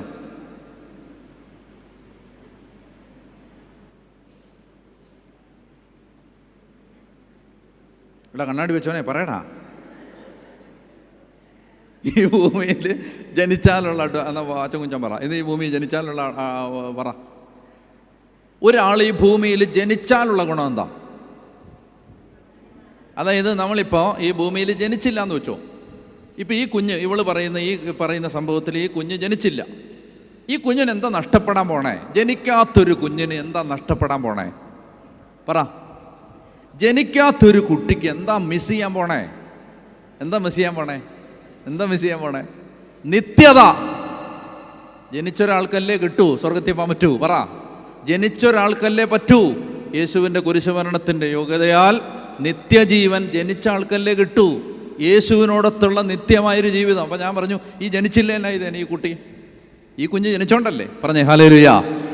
ഇപ്പം ഞാൻ എൻ്റെ അപ്പനും അമ്മയ്ക്കും എനിക്ക് മുമ്പേ, അതായത് എനിക്കെന്നല്ല എൻ്റെ മൂത്ത ചേച്ചിക്ക് മുമ്പേ വേറെ 2 പിള്ളേരുണ്ടായിരുന്നു. വേറെ 2 പിള്ളേരുണ്ട്. അത് നിങ്ങൾ ജനിച്ച ഉടനെ എന്ത് ചെയ്തു? മരിച്ചുപോയി. ജനിച്ച ഉടനെ മരിച്ചുപോയി. അപ്പോൾ അവർ ജനിച്ച ഉടനെ മരിച്ചതിന് ഞാൻ ഇടയ്ക്കിടയ്ക്ക് നന്ദി പറയും. എന്താ കാര്യം? അവർ മരിച്ചില്ലായിരുന്നെങ്കിൽ ചിലപ്പോൾ ഇത് നിങ്ങൾ 4 എണ്ണം കൊണ്ട് നിർത്തിയായിരുന്നെങ്കിലോ ഞാൻ ഉണ്ടാവത്തില്ലായിരുന്നു. ഞാൻ ഉണ്ടായത് ഗുണമോ ദോഷമോ എന്നുള്ളത് വേറെ പ്രശ്നം. പക്ഷേ എന്നാലും ഞാൻ പറയുകയാണ്, എനിക്ക് ഗുണമല്ലേ ഞാൻ ഉണ്ടായത്? പറ. നിങ്ങൾക്കൊരു ഗുണമില്ലെങ്കിലും ഞാനുണ്ടായത് എനിക്ക് ഗുണമല്ലേ? അപ്പോൾ ഞാൻ ദൈവമേ 2 എണ്ണം നേരത്തെ ജനിച്ച ഉടനെ മരിച്ചു പോയത് കാര്യമായി. അതുങ്ങൾക്ക് നഷ്ടമില്ല. കാരണം എന്താ? നിങ്ങൾ ജനിച്ച് മരിച്ചുകൊണ്ട് അതുങ്ങൾ സ്വർഗത്തിൽ പോവും, ഞാനും പോവും. അപ്പോൾ അതുകൊണ്ട് ജനിച്ചാൽ, അപ്പോൾ ഞാൻ പറഞ്ഞു വരുന്നത് ഒരു തലമുറ കൊണ്ടൊന്നും അവസാനിക്കുന്നില്ല. പറഞ്ഞേ ഹല്ലേലൂയ. ഒരു തലമുറ കൊണ്ടൊന്നും അവസാനിക്കുന്നില്ല. ദൈവത്തിന് അനുഗ്രഹമാക്കാൻ പറ്റും. ഇപ്പം നിങ്ങൾ ചിന്തിക്കുകയാണ്, എൻ്റെ ദാമ്പത്യം തകർന്ന്, അല്ലെങ്കിൽ എൻ്റെ കുടുംബം തകർന്ന്, ഞാൻ ഒരു സമാധാനം ഇല്ലാതെ ജീവിച്ച്, ഞാൻ ഇത്രയും പ്രായം 70 വയസ്സിനിടയിൽ ഞാൻ അനുഭവിക്കാത്ത വിഷമിക്കേണ്ട. ഈ തലമുറ കൊണ്ട് ജീവിതം അവസാനിക്കുന്നില്ല. പറഞ്ഞേ ഹല്ലേലൂയ, പറഞ്ഞേ ഹല്ലേലൂയ, ഹല്ലേലൂയ. അപ്പം അതുകൊണ്ട് കയറുകളാവുന്നത്ര നീളം കൂട്ടി നീ ഇരുവശത്തേക്കും അതിര് ഭേദിച്ച് വ്യാപിക്കും. ഒന്ന് എഴുന്നേറ്റ് നിന്നേ. നമ്മൾ ഈ കൺവെൻഷൻ തുടങ്ങുമ്പോൾ, ഈ ധ്യാനം തുടങ്ങുമ്പോൾ നമ്മൾ പ്രാർത്ഥിക്കുകയാണ്, ദൈവമേ എന്നെ നീ അനുഗ്രഹിച്ച് എൻ്റെ അതിരുകൾ വിസ്തൃതമാകും, എന്നെ ഒന്ന് അനുഗ്രഹിക്കണം. അപ്പോൾ ആ ഒരു അനുഗ്രഹം ഒന്ന് ചോദിച്ച് പ്രാർത്ഥിച്ചിട്ട് പരിശുദ്ധാത്മാവിൻ്റെ നിറവിന് വേണ്ടി നമുക്ക് തുടർന്ന് മുന്നോട്ട് വചനം കേൾക്കാം. അപ്പോൾ ഒന്ന് നന്നായിട്ട് ആഗ്രഹിക്കുക, വാ തുറന്ന് പ്രാർത്ഥിക്കണം. പറഞ്ഞേ ഹല്ലേലൂയ, ഹല്ലേലൂയ. ഉച്ചത്തിൽ ദൈവത്തെ ആരാധിക്കണം, ഹൃദയം തുറന്ന് സ്തുതിക്കണം, വാവൂട്ടി വെറുതെ നിൽക്കരുത്. ഞാൻ എപ്പോഴും പറഞ്ഞുകൊണ്ടിരുന്ന ഓർത്തോണം, നാവിൻ്റെ കെട്ടഴിഞ്ഞാൽ വീടിൻ്റെ കെട്ടഴിയും, നാവിൻ്റെ കെട്ടഴിഞ്ഞാൽ വീടിൻ്റെ കെട്ടഴിയും. അപ്പോൾ അതുകൊണ്ട് നാവ് ദൈവത്തെ വിളിക്കാൻ ഉപയോഗിക്കണം. അപമാനം വിചാരിക്കരുത്, അതിനകത്തൊരു ദുരഭിമാനം തോന്നരുത്. ദൈവത്തെ വിളിക്കുന്നത് ഒരു കൊള്ളരുതാത്ത കാര്യമായിട്ട് കാണരുത്, ഉറക്ക വിളിക്കണം. ജെറമിയ 33:3, എന്നെ വിളിക്കുക ഞാൻ നിനക്ക് ഉത്തരം തരാം, എന്നെ വിളിക്കുക ഞാൻ നിനക്ക് ഉത്തരം തരാം, ബുദ്ധിക്ക് അതീതവും മഹത്വം നിഗൂഢവുമായവ നിനക്ക് ഞാൻ വെളിപ്പെടുത്താം, എന്നെ വിളിക്കുക. സങ്കീർത്തനം 145:18, ഹൃദയപരമാർത്ഥതയോടെ വിളിച്ചപേക്ഷിക്കുന്നവർക്ക് അവിടുന്ന് സമീപസ്ഥനാണ്. ഹൃദയപരമാർത്ഥതയോടെ എന്ന് പറഞ്ഞാൽ ഉള്ളു തുറന്ന് വിളിക്കുന്നവന് ദൈവം സമീപസ്ഥനാണ്. തൻ്റെ ഭക്തരുടെ നിലവിളി കേട്ട് ദൈവം അവരെ രക്ഷിക്കും, അവരുടെ ആഗ്രഹം അവിടുന്ന് സഫലമാക്കും. പറഞ്ഞേ ഹല്ലേലൂയ. നിയമാവർത്തന പുസ്തകം 4-ാം അധ്യായം 7-ാം തിരുവചനം, നാം വിളിച്ചപേക്ഷിക്കുമ്പോഴൊക്കെ നമ്മുടെ ദൈവമായ കർത്താവ് നമുക്ക് സമീപസ്ഥനായിരിക്കുന്നത് പോലെ ദൈവം ഇത്ര അടുത്തുള്ള വേറെ ഏത് ജനതയാണുള്ളത്? വിളിക്കണം, വിളിക്കുമ്പോൾ ദൈവം ഇറങ്ങി വരും. പറഞ്ഞേ ഹല്ലേലൂയ, പറഞ്ഞേ ഹല്ലേലൂയ. അപ്പോൾ അതുകൊണ്ട് വിട്ടുകൊടുത്ത് സ്തുതിക്കണം. അടുത്ത് നിൽക്കുന്നവരെ ഒന്നും നോക്കി വെറുതെ ഇങ്ങനെ നാണക്കേട് വിചാരിച്ച് നിൽക്കരുത്. കണ്ണടച്ച് ഹല്ലേലൂയ ഇരിക്കാം.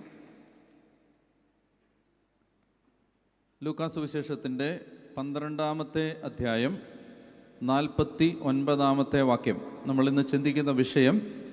അതിന് ആധാരമായി ഒരു തിരുവചനം എടുക്കുകയാണ്. ലൂക്ക 12:49. ലൂക്ക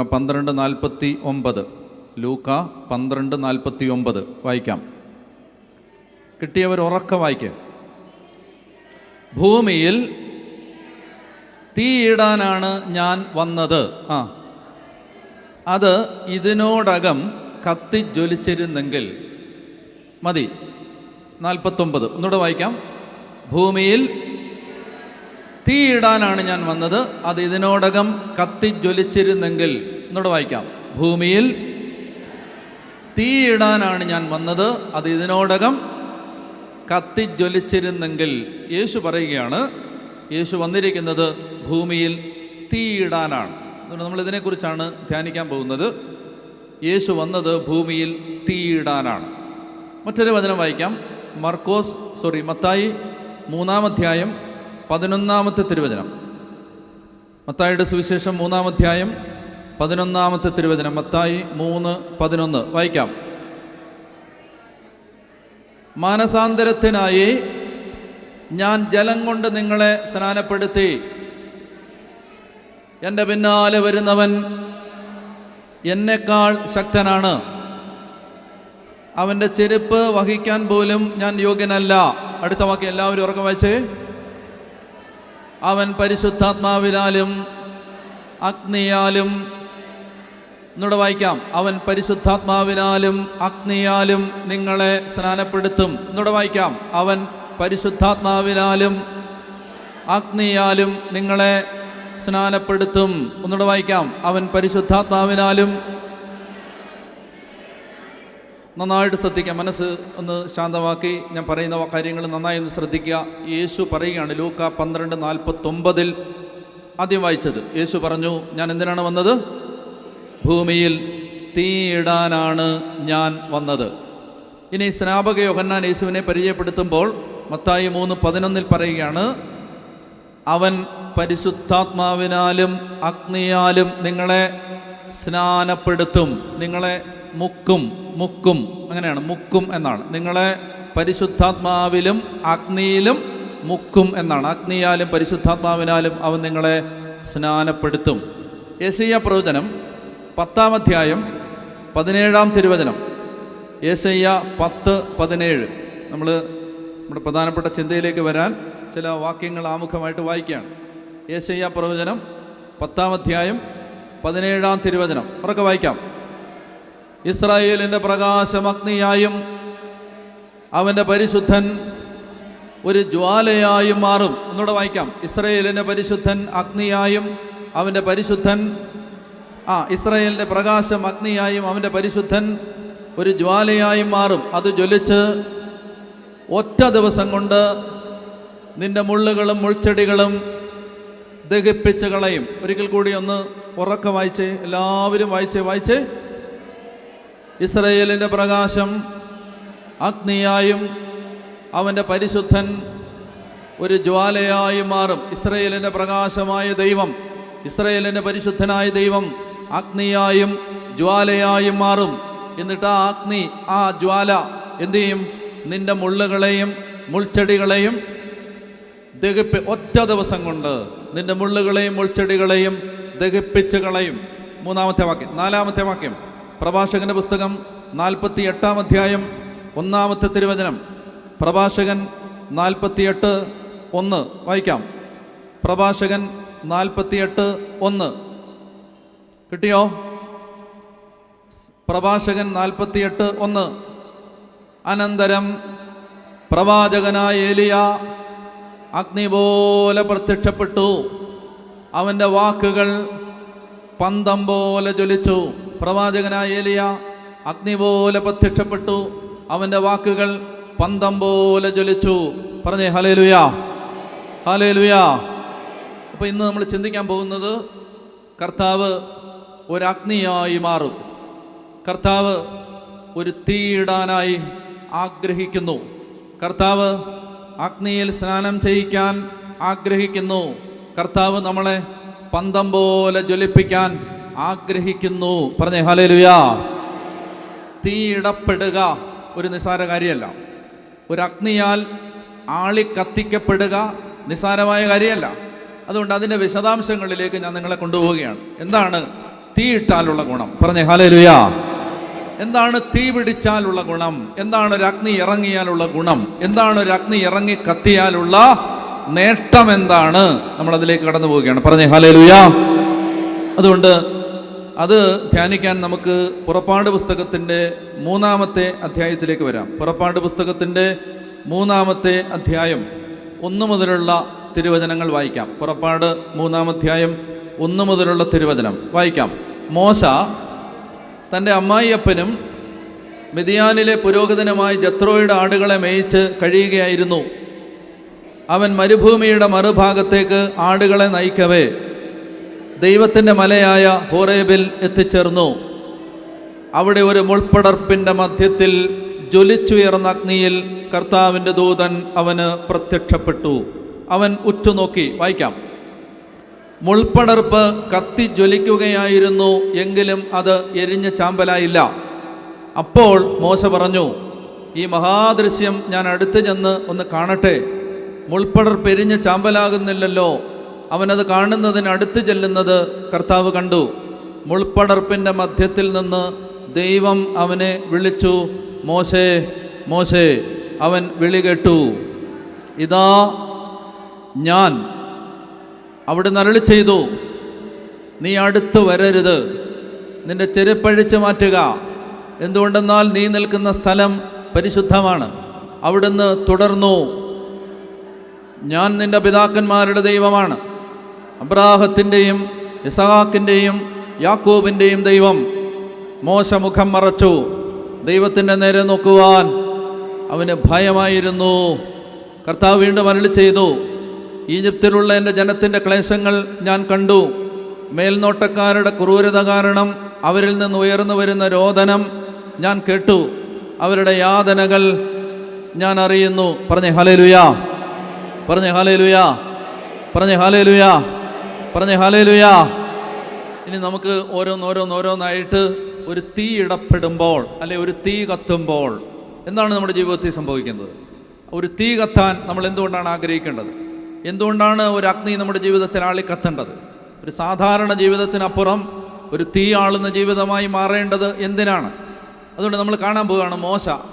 അവൻ ഹോറേബിൽ, ദൈവത്തിൻ്റെ മലയായ ഹോറേബിൽ, തൻ്റെ അമ്മായിപ്പനും മിദ്യാനിലെ പുരോഹിതനുമായിരുന്ന ജത്രോയുടെ ആടുകളെ മേയിച്ചുകൊണ്ട് അവൻ ഹോറേബിൽ ആട് മേയിച്ച് കഴിയുമ്പോൾ മരുഭൂമിയുടെ മറുഭാഗത്തേക്ക് ആടുകളെ നയിക്കവേ ദൈവത്തിൻ്റെ മലയായ ഹോറേബിൽ എത്തിച്ചേർന്നു. അവിടെ ഒരു മുൾപ്പടർപ്പിൻ്റെ മധ്യത്തിൽ നിന്ന് ജ്വലിച്ചുയർന്ന അഗ്നിയിൽ കർത്താവിൻ്റെ ദൂതൻ അവന് പ്രത്യക്ഷപ്പെട്ടു. പറഞ്ഞേ ഹല്ലേലൂയ. ശ്രദ്ധിക്കേണ്ടത് ഇതാണ്. അതായത് മോശ നിസാരപ്പെട്ട ഒരാളല്ല. മോശയെക്കുറിച്ച് മറ്റ് വചനഭാഗങ്ങളുടെ വെളിച്ചത്തിൽ നമ്മൾ ചിന്തിക്കുമ്പോൾ കാണാൻ പറ്റുന്ന കാര്യങ്ങൾ 1, 2, 3, 4, 5 കേട്ടോ. 1, മോശ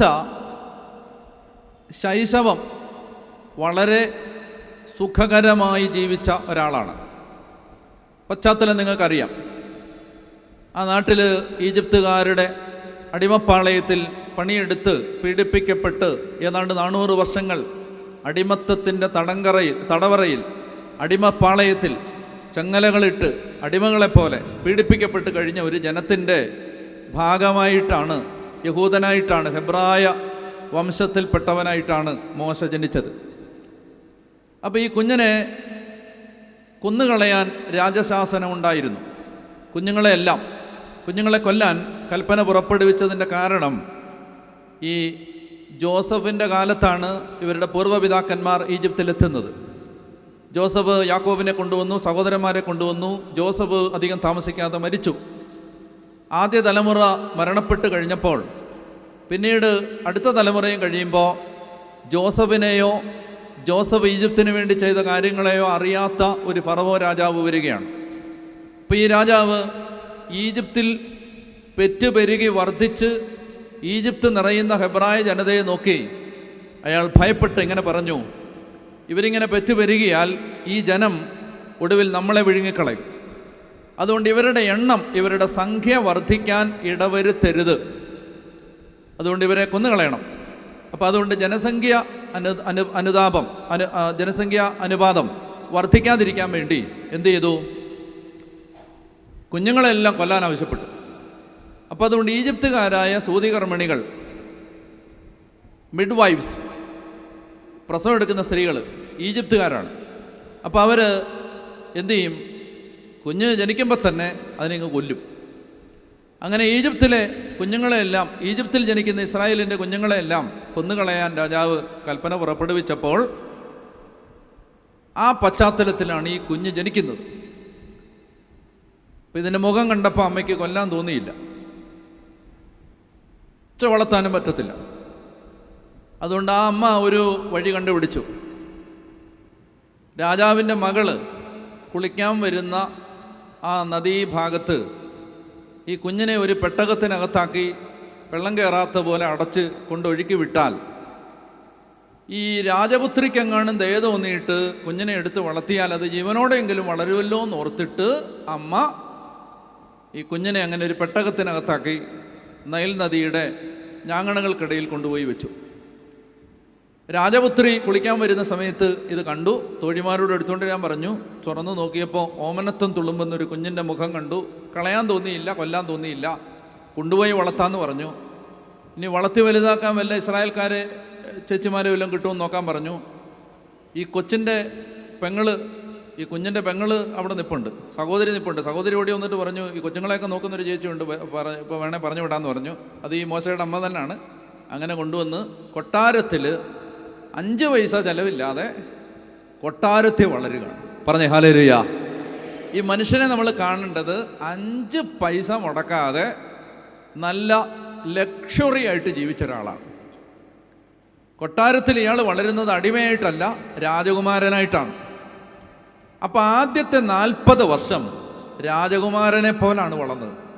ഇനി മറ്റ് ബൈബിൾ ഭാഗങ്ങളിൽ നമ്മൾ കാണുന്നുണ്ട്, ഈജിപ്തിലെ എല്ലാ വിജ്ഞാനവും മോശ ആർജിച്ചു എന്ന് പറഞ്ഞാൽ അന്നത്തെ ടോപ്പ് യൂണിവേഴ്സിറ്റികളിൽ വിട്ട് രാജാവ് പഠിപ്പിച്ചു. അപ്പം നല്ല വിദ്യാഭ്യാസം കിട്ടിയ ആളാണ്. ഈജിപ്തിലെ സകല ജ്ഞാനവും വൈദഗ്ധ്യവും കലയും അതുപോലെ ആയുധബലം, പിന്നെ ആയോധന കലയും കായിക പരിശീലനവും, ഇതല്ല നേടാവുന്നത് മുഴുവൻ നേടി. എബ്രായ ലേഖനത്തിലൊക്കെ പറയുന്നുണ്ട്, എല്ലാം അഭ്യസിച്ചു.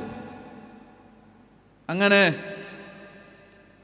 40 കൊല്ലം പഠിക്കാവുന്നത് മുഴുവൻ പഠിച്ചു. വലിയ വലിയ വലിയ വലിയ ഡിഗ്രികൾ സമ്പാദിച്ചു. രാജകുമാരനെ പോലെ ജീവിച്ചു. അപ്പോഴാണ് ഒരു സംഭവം ഉണ്ടാവുന്നത്. ഈ അമ്മ പറഞ്ഞു കൊടുത്തിട്ടുണ്ട്, നീ ഈജിപ്തുകാരനല്ല, നീ ഇസ്രായേൽക്കാരനാണ്. അപ്പം തൻ്റെ ജനം എങ്ങനെയാണ് ജീവിക്കുന്നതെന്ന് കാണാൻ വേണ്ടി ഒരു ദിവസം ഈ 40 വയസ്സുള്ള മനുഷ്യൻ ഇറങ്ങി നടന്നപ്പോൾ ഈജിപ്തുകാർ പീഡിപ്പിക്കുന്നത് കണ്ടു തൻ്റെ ജനതയെ. അപ്പം രക്തം തിളച്ചു. അപ്പോൾ ആദ്യം പിടിച്ചു മാറ്റി. 2ാമത്തെ ദിവസം ദേഷ്യം വന്നിട്ട് ഒറ്റ അടി അടിച്ചപ്പോൾ, ആരോഗ്യമുള്ളവനാണ്, നിസാരക്കാരനല്ല, ഈ മോശ നല്ല ഒറ്റ അടിക്ക് അടി കൊണ്ടവൻ ഈജിപ്തുകാരൻ അവിടെ മരിച്ചു വീണു. പെട്ടെന്ന് കുഴിയെടുത്ത് അവനെ മറവ് ചെയ്തിട്ട് രാജാവ് അറിഞ്ഞ കൊന്നുകളയുമല്ലോ എന്ന് തോന്നിയിട്ട് കൊട്ടാരത്തിൽ നിന്ന് ഒളിച്ചോടേണ്ടതായി വന്നു. ഈ 40 വയസ്സ് കഴിയുമ്പോൾ പിന്നെ ജീവിതം മാറി. പിന്നെ മോശയുടെ അടുത്ത 40 വർഷം നേരത്തെ ജീവിച്ച ജീവിതത്തിൻ്റെ നേർ വിപരീതമായ നാണം കെട്ട ഒരു ജീവിതം. ആദ്യത്തെ 40 വർഷം കിട്ടാവുന്ന വിദ്യ മുഴുവൻ പഠിച്ച ഒരാളാണ്. കൊട്ടാരത്തിലെ രാജകുമാരനായിട്ട് വളർന്ന ഒരാളാണ്.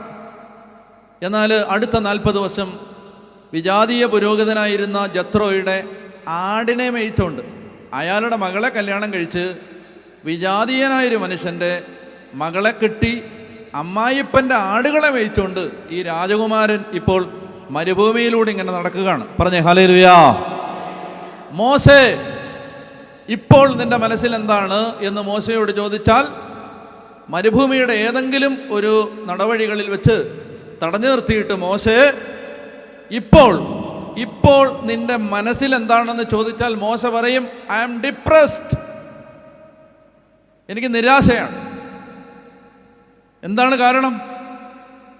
എൻ്റെ നാട്ടിൽ എന്നെ പോലെ പഠിച്ച ഒരുത്തനില്ല. എൻ്റെ നാട്ടിൽ ഞാൻ പഠിച്ച യൂണിവേഴ്സിറ്റി കണ്ടിട്ടില്ല ഒരുത്തൻ. എൻ്റെ നാട്ടിൽ എനിക്ക് ഉള്ള അത്രയും ഡിഗ്രി വേറൊരുത്തനുമില്ല.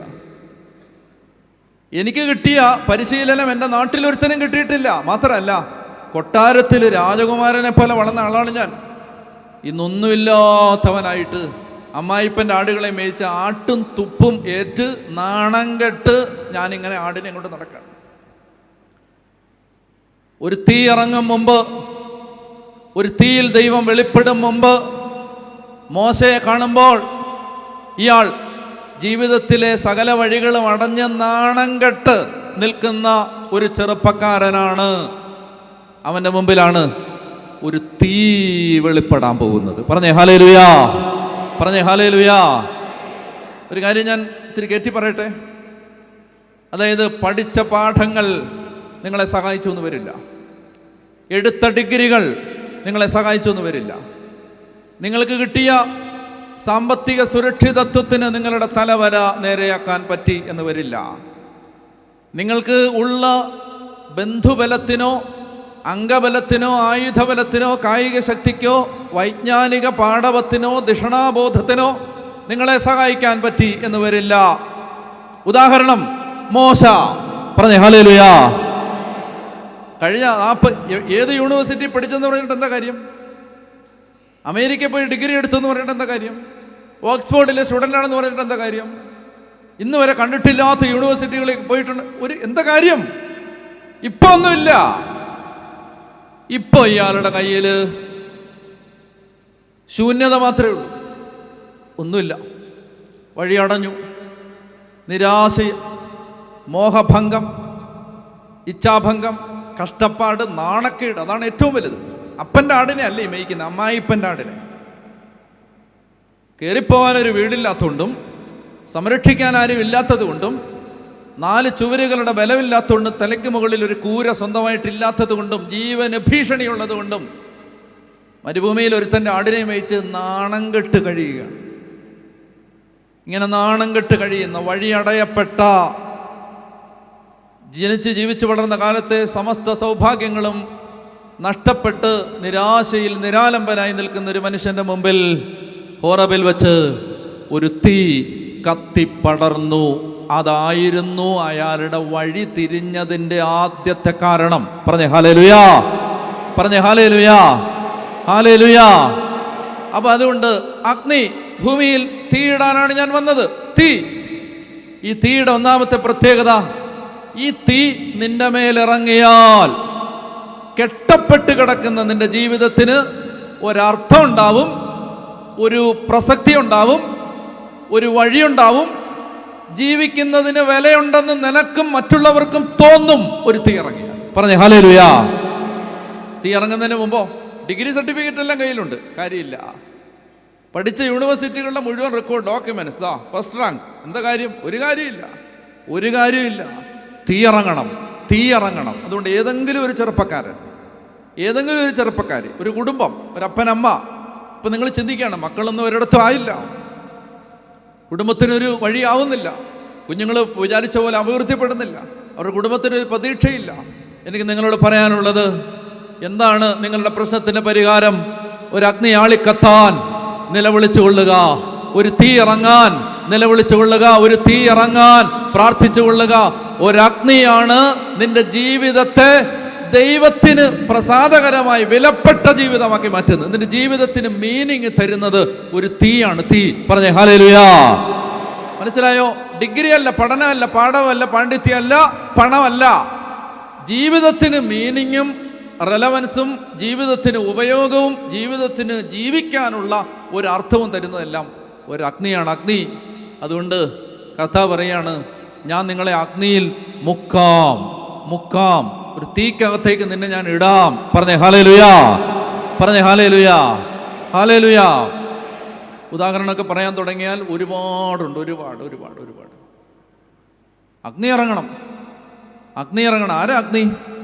പരിശുദ്ധാത്മാവാണ് ഈ അഗ്നി. പരിശുദ്ധാത്മാവിലാണ് ജീവിതം എല്ലാം വ്യത്യാസപ്പെടാൻ പോണത്. ജീവിതത്തിൻ്റെ അർത്ഥവും പ്രസക്തിയും, ജീവിതത്തിൻ്റെ എന്തിനു വേണ്ടിയാണ് ഞാൻ സൃഷ്ടിക്കപ്പെട്ടത്, എന്താണ് എൻ്റെ ജീവിത നിയോഗം, എന്താണ് ജീവിതത്തിൻ്റെ അർത്ഥം, ഇനി ഇതൊക്കെ അറിഞ്ഞാലേ സമാധാനമുള്ളൂ. അല്ലെങ്കിൽ ആ ജീവിതം എപ്പോഴും ഫ്രസ്ട്രേഷൻസിലാണ്. മരുന്ന് കഴിച്ച് നിങ്ങൾ എത്ര കാലം ജീവിക്കും? മരുന്ന് കഴിച്ച് നിങ്ങൾ എത്ര കാലം സമാധാനം കണ്ടെത്തും?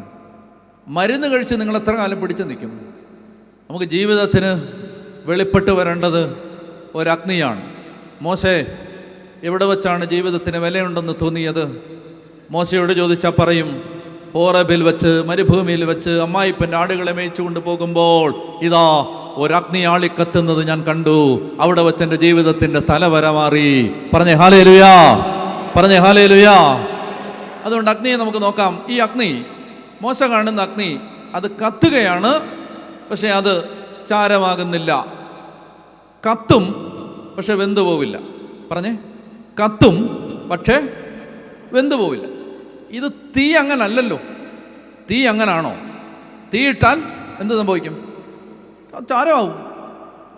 എന്നാൽ ഈ തീയുടെ പ്രത്യേകത, യേശു പറയാണ്, ഭൂമിയിൽ തീയിടാനാണ് ഞാൻ വന്നത്. ഈ തീയുടെ പ്രത്യേകത, ഈ തീ കത്തിക്കും, പക്ഷേ വെന്ത് ചാരമാക്കില്ല. ഇത് കത്തിക്കും, ഇതൊരാളെ തീ പിടിപ്പിക്കും, ഇത് കത്തിക്കും, ഇത് നീ ആളിക്കത്താൻ ഇടയാക്കും, പക്ഷെ നിന്നെ ചാരമാക്കില്ല. അതായത് കത്തിപ്പോവാതെ, കത്തിച്ചാമ്പലാവാതെ എരിയുന്നൊരഗ്നിയാണിത്. ആ അഗ്നിയുടെ പേരാണ് പരിശുദ്ധാത്മാവ്. പറഞ്ഞേ ഹല്ലേലൂയാ. അതുകൊണ്ട് ഈ തീയെ ആരും ഭയപ്പെടേണ്ടതില്ല, ഈ തീയെ ആരും ആകുലതയോടെ നോക്കേണ്ടതില്ല. അങ്ങനെ ഒരു തീ എൻ്റെ മേൽ ഇറങ്ങിയാൽ എൻ്റെ ജീവിതം ഇല്ലാതാവും ചിന്തിക്കേണ്ട. നിന്റെ ജീവിതത്തെ പടുത്തുയർത്തുന്നൊരഗ്നിയാണിത്. അതാണ് പറഞ്ഞ, ഇസ്രായേലിന്റെ പ്രകാശം അഗ്നിയായും അവന്റെ പരിശുദ്ധൻ ഒരു ജ്വാലയായി മാറും. അത് ജ്വലിച്ചൊറ്റ ദിവസം കൊണ്ട് നിന്റെ മുള്ളുകളെയും മുൾച്ചെടികളെയും കത്തിച്ചാമ്പലാക്കും. അതേ നിനക്ക് വേണ്ടാത്തതിനെയാണ് ഇത് കത്തിക്കുന്നത്. നിന്റെ ജീവിതത്തിലെ ഉപയോഗമില്ലാത്തതിനെയാണ്, നിനക്ക് ഗുണപ്പെടാത്തതിനെയാണ് ഇത് കത്തിച്ച് കളയാൻ പോകുന്നത്. എന്നാൽ ഈ തീ നിന്നെ പടുത്തുയർത്തുന്ന അഗ്നിയാണ്. അപ്പോൾ അതുകൊണ്ട് മോശ കണ്ട അഗ്നിയുടെ ഒന്നാമത്തെ പ്രത്യേകത, ഇത് കത്തും പക്ഷേ ചാമ്പലാക്കില്ല. ഇത് കത്തും പക്ഷേ ഇത് വെന്ത് ചാരമാകാൻ ഇടവരുത്തില്ല. അതാണ് തീയുടെ ഒന്നാമത്. രണ്ടാമത്, ഈ തീ, ഈ മുൾപ്പടർപ്പിൽ നിന്ന് ദൈവം മോശയെ വിളിച്ചു, മോശേ മോശേ. രണ്ടാമത്തെ പ്രത്യേകത, ഇത് സംസാരിക്കുന്ന തീയാണ്. സംസാരിക്കുന്ന തീയാണ് ഈ തീയുടെ പ്രത്യേകത. ഇത് ജീവനുള്ള തീയാണ്. ഈ തീയുടെ പ്രത്യേകത, ഇത് ജീവനുള്ള തീയാണ്, സംസാരിക്കുന്ന തീയാണ്, ഉരിയാടുന്ന തീയാണ്, നിന്നോട് ഇടപെടുന്ന ഒരു തീയാണ്. തീക്കകത്ത് നിന്ന് ദൈവം സംസാരിക്കുകയാണ്. മോശേ, ആള് മാറിയല്ലേ വിളിക്കുന്നത്, നീ ആരാന്നല്ല ചോദിക്കുന്നത്. ഇനി അടുത്ത് വന്ന് നിന്റെ മുഖം കാണട്ടെ എന്നല്ല പറയുന്നത്. ആ മുൾപ്പടർപ്പിൽ നിന്ന് ദൈവം ഐഡന്റിഫൈ ചെയ്തു, മോശേ. ഈ തീയുടെ മൂന്നാമത്തെ പ്രത്യേകത, ഇത് നിന്നെ തിരിച്ചറിയുന്ന തീയാണ്. നിന്റെ പ്രശ്നങ്ങൾ അറിയാവുന്ന തീയാണ്. ഇത് നിന്റെ സങ്കടങ്ങൾ കാണുന്ന തീയാണ്. ഇത് വേറൊരു പേരല്ല വിളിച്ചത്, മോശേ എന്ന് പകരം അഹരോനെ നല്ല വിളിച്ചത്, മോശേ. And that fire identifies you as you are. നീ ആരാണെന്ന് ആ തീ, നീ ആരാണെന്ന് ഡിസ്റ്റിങ്വിഷ് ചെയ്യുന്ന, വിവച്ഛേദിച്ചറിയുന്ന, വേർതിരിച്ചറിയുന്ന, വിവേചിച്ചറിയുന്ന തീയാണത്. എന്താ നിന്റെ പ്രശ്നം, ആ തീക്ക് അതറിയാം. എന്താ നിന്റെ ഭാരം, ആ തീക്ക് അതറിയാം. എന്താ നിന്റെ രോഗം, ആ തീക്ക് അതറിയാം. എന്താ നിന്റെ വേവലാതി, ആ തീക്ക് അതറിയാം. എന്താണ് നീ കടന്നു പോകുന്ന അപമാനം, ആ തീക്ക് അതറിയാം. ആ തീക്ക് നിന്നെ അറിയാം. മോശേ, ഇനി അടുത്തു ആരാ നോക്കട്ടെ എന്നല്ല പറഞ്ഞേ, ആരടാന്നല്ല ചോദിച്ചത്, മോശേ. ഏതാരവത്തിനിടയിലും ഏതാൾക്കൂട്ടത്തിനിടയിലും നമ്മെ തിരിച്ചറിയുന്ന ഒരു തീയുടെ പേരാണ് പരിശുദ്ധാത്മാവ്. ഏത് തിരക്കിനിടയിലും നിന്നെ അറിയാം, മോശേ. അപ്പൊ ഒന്നാമത്തേത്, ഇത് കത്തും പക്ഷെ ചാരവാക്കത്തില്ല. രണ്ടാമത്തേത്, ഇത് സംസാരിക്കുന്ന തീയാണ്. മൂന്നാമത്തേത് ഇത് നിന്നെ തിരിച്ചറിയുന്ന തീയാണ്. നാലാമത്തേത് നിന്നെ തിരിച്ചറിയുന്ന തീയാണ്. നാലാമത്തേത്, ആ തീയിൽ നിന്ന് ദൈവം പറഞ്ഞു അടുത്ത് വരരുത്, കാരണം ഇത് പരിശുദ്ധമാണ്. നാലാമത്തേത്, നിന്നെ ഇത് വിശുദ്ധീകരിക്കുന്ന തീയാണ്. വിശുദ്ധീകരിക്കുന്ന തീ, അതാണ് യെശയ്യാ 10:17, നിന്റെ മുള്ളുകളെയും മുൾച്ചെടികളെയും കത്തിച്ച് ചാമ്പലാക്കും. നിന്നെ വിശുദ്ധീകരിക്കുന്ന തീ. പറഞ്ഞേ ഹല്ലേലൂയാ, പറഞ്ഞേ ഹല്ലേലൂയാ, പറഞ്ഞേ ഹല്ലേലൂയാ. അഞ്ചാമതായിട്ട് ഈ തീയുടെ പ്രത്യേകത, ഇത് കത്തുന്നുണ്ട്, ചാമ്പല. മോശ വായിക്കാത്.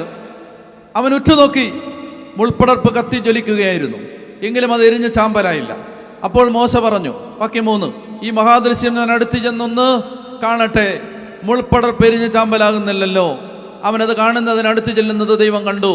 മുൾപ്പടർപ്പിന്റെ മധ്യത്തിൽ നിന്ന് ദൈവം അവനെ വിളിച്ചു, മോശേ, മോശേ. അവൻ വിളി കേട്ടു, ഇതാ ഞാൻ. അവിടെ അരുളി ചെയ്തു, നീ അടുത്തു വരരുത്, നിന്റെ ചെരുപ്പഴിച്ചു മാറ്റുക, എന്തുകൊണ്ടെന്നാൽ നീ നിൽക്കുന്ന സ്ഥലം പരിശുദ്ധമാണ്.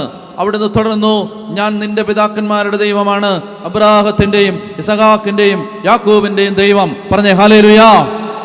അതായത് ഒന്നാമത്തെ ഏതാ, ഈ തീ പറ, കത്തും പക്ഷെ ചാരവാക്കില്ല. 2, ഇത് സംസാരിക്കുന്ന തീയാണ്. 3, ഇത് തിരിച്ചറിയുന്ന, ഐഡന്റിഫൈ ചെയ്യുന്ന തീയാണ്, തിരിച്ചറിയുന്ന തീയാണ്. 4, ഇത് വിശുദ്ധീകരിക്കുന്ന തീയാണ്. 5, ഈ തീയുടെ അഞ്ചാമത്തെ പ്രത്യേകത, ഈ തീ നിന്റെ ഹിസ്റ്ററി അറിയാവുന്ന തീയാണ്. പറഞ്ഞേ ഹല്ലേലൂയാ. ഈ തീ നിന്റെ ചരിത്രം അറിയാവുന്ന തീയാണ്. എന്താ പറഞ്ഞെന്നറിയാമോ? നീ പേടിക്കണ്ട, ഞാൻ നിന്റെ പിതാവായ അബ്രഹാമിൻ്റെയും ഇസഹാക്കിൻ്റെയും യാക്കോബിൻ്റെയും ദൈവമാണെന്ന്. എന്ന് പറഞ്ഞാൽ നിന്റെ കുടുംബത്തെയും നിന്റെ പൂർവികരെയും നീ വന്ന വഴികളെയും അറിയാവുന്ന തീയാണ്. നിന്റെ പിന്നാമ്പുറങ്ങളിൽ നീ കടന്നുപോയ സങ്കടങ്ങൾ അറിയാവുന്ന തീയാണ്. നിന്റെ അപ്പനമ്മമാരുടെ കണ്ണീരും പ്രാർത്ഥനയും കണ്ട കേട്ട തീയാണ്. പറഞ്ഞേ ഹല്ലേലൂയാ. മനസ്സിലായോ? നിന്റെ വല്യമ്മ ഒത്തിരി കരഞ്ഞതാണ്, അത് ഈ തീക്കറിയാം. അത് ഈ തീക്കറിയാം. നമ്മുടെ കൂട്ടുകാർക്കറിയാവോ? അറിയില്ല. ഈ തീക്കതറിയാം. നിന്റെ അപ്പൻ നിന്നെ ഓർത്ത് ഒത്തിരി കരഞ്ഞതാണ്, അത് ഈ തീക്കറിയാം. നിന്നെ ഇങ്ങനെ ചങ്കത്തൂന്ന് മാറത്തൂന്ന് പറിച്ചെടുത്ത് രാജകൊട്ടാരത്തിലേക്ക് കൊണ്ടുപോകുമ്പോ നിന്റെ അമ്മ ചങ്ക് പൊട്ടി കരഞ്ഞതാണ്, അത് ഈ തീക്ക് അറിയാം. ഒരു നാണം കെട്ടവനെ പോലെ ജന്മനാട്ടിൽ നിന്ന് ജീവന് ഭീഷണി നേരിട്ട് നീ പലായനം ചെയ്യുമ്പോൾ നിന്റെ ചങ്കിലെ ചൂടിനേക്കാൾ വലുതായിരുന്നു നിന്റെ അമ്മയുടെ ചങ്കിലെ ചൂട്, അത് ഈ തീക്ക് അറിയാം. പറഞ്ഞ ഹല്ലേലൂയാ. മനസ്സിലായോ? അറിയാം. ഈ തീക്ക് നിന്റെ ഹിസ്റ്ററി അറിയാന്ന്, ഈ തീക്ക് നീ വന്ന വഴികൾ അറിയാന്ന്, നിന്റെ കണ്ണുനീരറിയാന്ന്, നിനക്ക് വേണ്ടി കരഞ്ഞവരുടെ നിലവിളി അറിയാന്ന്, ഈ തീക്ക് നീ കടന്നുപോയ സങ്കട വഴികൾ അറിയാമെന്ന്, ഈ തീക്ക് നീ കടന്നുപോയ തീക്കുണ്ടത്തിന്റെ വേവ് അറിയാമെന്ന്, ഈ തീക്ക് അറിയാം, നിന്നെ അറിയാം. ഈ തീക്ക് നിന്നെ മാത്രമല്ല, നിന്റെ തലമുറയെ അറിയാം, നിന്റെ പൂർവികരെ അറിയാം. നീ പേടിക്കേണ്ട, നീ അടുത്ത് വാ. നിന്റെ അപ്പൻ്റെയും വല്യപ്പൻ്റെയും വല്യപ്പൻ്റെയും വല്യപ്പൻ്റെ വല്യപ്പൻ്റെ ദൈവമാണ് ഞാനെന്ന് പറഞ്ഞു. പറഞ്ഞേ ഹല്ലേലൂയാ, പറഞ്ഞേ ഹല്ലേലൂയാ. എന്തുകൊണ്ടെന്നാൽ നീ നിൽക്കുന്ന സ്ഥലം പരിശുദ്ധമാണ്. അപ്പോൾ എത്ര? 6 5 ഒന്നാമത്തെ പറ. കത്തുന്നു, ചാമ്പലാക്കുന്നില്ല. 2 സംസാരിക്കുന്ന തീയാണ്. 3 തിരിച്ചറിയുന്ന തീയാണ്. 4 വിശുദ്ധീകരിക്കുന്ന തീയാണ്. 5 നിന്റെ ചരിത്രം അറിയാവുന്ന തീയാണ്. നിന്റെ ചരിത്രം നീ വന്ന വഴികൾ അറിയാവുന്ന തീയാണ്. അതുകൊണ്ട് എന്താ ഗുണം? അതുകൊണ്ട് ഗുണം, ഒരാൾക്ക് സുരക്ഷിതത്വമുണ്ട്. ഒരാൾക്ക് സുരക്ഷിതത്വമുണ്ട്. അബ്രഹാമിനെ അറിയാവുന്നൊരു തീയാണിത്. ഇസഹാക്കിനെ അറിയാവുന്നൊരു തീയാണിത്. യാക്കോബിനെ അറിയാവുന്നൊരു തീയാണിത്. അതുകൊണ്ട് സുരക്ഷിതത്വമുണ്ട്. ഒറ്റ ഉദാഹരണം പറയട്ടെ. എടാ, യാക്കോബിന്റെ ദൈവമാണ് ഞാനെന്ന് പറഞ്ഞാൽ മോശയ്ക്ക് അതുകൊണ്ട് എന്താ ഗുണം? യാക്കോബിന്റെ ദൈവമാണ് ഞാൻ, മോശയ്ക്ക് എന്താ ഗുണം? നീ ഇങ്ങനെ അലഞ്ഞ് ഒന്നുമല്ലാത്തവനെ പോലെ നടക്കുന്നത് പോലെ നിന്റെ വല്യപ്പന യാക്കോബ് ഒരിക്കൽ നടന്നിട്ടുണ്ട്. ആ നടന്ന അലച്ചിലിന്ന് അവനെ പിടിച്ചെടുത്ത് കൊണ്ടുവന്ന് ഒരു നാട് കൊടുത്ത ദൈവമാണ് ഞാൻ. നീ പേടിക്കണ്ട. അത് സെക്യൂരിറ്റി. മനസ്സിലായില്ലേ? ഇപ്പം ഞാനൊരു സ്ഥലത്ത് ചെല്ലുമ്പോൾ, എന്നെ ആരും അറിയാത്തൊരു സ്ഥലത്ത് ചെല്ലുമ്പോൾ ഒരാൾ എന്നോട് പറയാണ്, നീ പേടിക്കണ്ടടാ, നിന്റെ വല്യപ്പനെ അപ്പനെയൊക്കെ എനിക്കറിയാവുന്ന, നീ വാ, നിന്റെ കാര്യം ഞാൻ നോക്കിക്കോളാം എന്ന് പറയും. ആ സെക്യൂരിറ്റി, സുരക്ഷിതത്വം. 5 6 ശ്രദ്ധിക്കണേ, വളരെ പ്രധാനപ്പെട്ട 6 പറയാണ്, എൻ്റെ ജനം കിടന്ന് കരയുന്നത് ഞാൻ കേട്ടു, അതുകൊണ്ട് നിന്നെ ഞാൻ വിടാൻ പോവാണ്. ഇങ്ങോട്ട് നോക്കണേ, ശ്രദ്ധിക്കണം, വളരെ പ്രധാനപ്പെട്ട കാര്യം പറയാണ്. എൻ്റെ ജനം കിടന്ന് കരയുന്നത് ഞാൻ കേട്ടു, അതുകൊണ്ട് നിന്നെ ഞാൻ വിടാൻ പോവാണ്. എൻ്റെ ജനത്തിൻ്റെ നിലവിളി ഞാൻ കേട്ടു, അതുകൊണ്ട് നിന്നെ വിടാൻ പോവാണ്. എൻ്റെ ജനത്തിൻ്റെ പ്രാർത്ഥന ഞാൻ കേട്ടു, അതിന് മറുപടിയായിട്ട് നിന്നെ വിടാൻ പോവാണ്. കേൾക്കണേ, ഇത് മോശയോട് പറയുമ്പോൾ മോശയ്ക്കൊരു ദുഃഖമുണ്ട്. എൻ്റെ പ്രാർത്ഥന കേട്ടില്ലല്ലോ. വയസ്സ് 80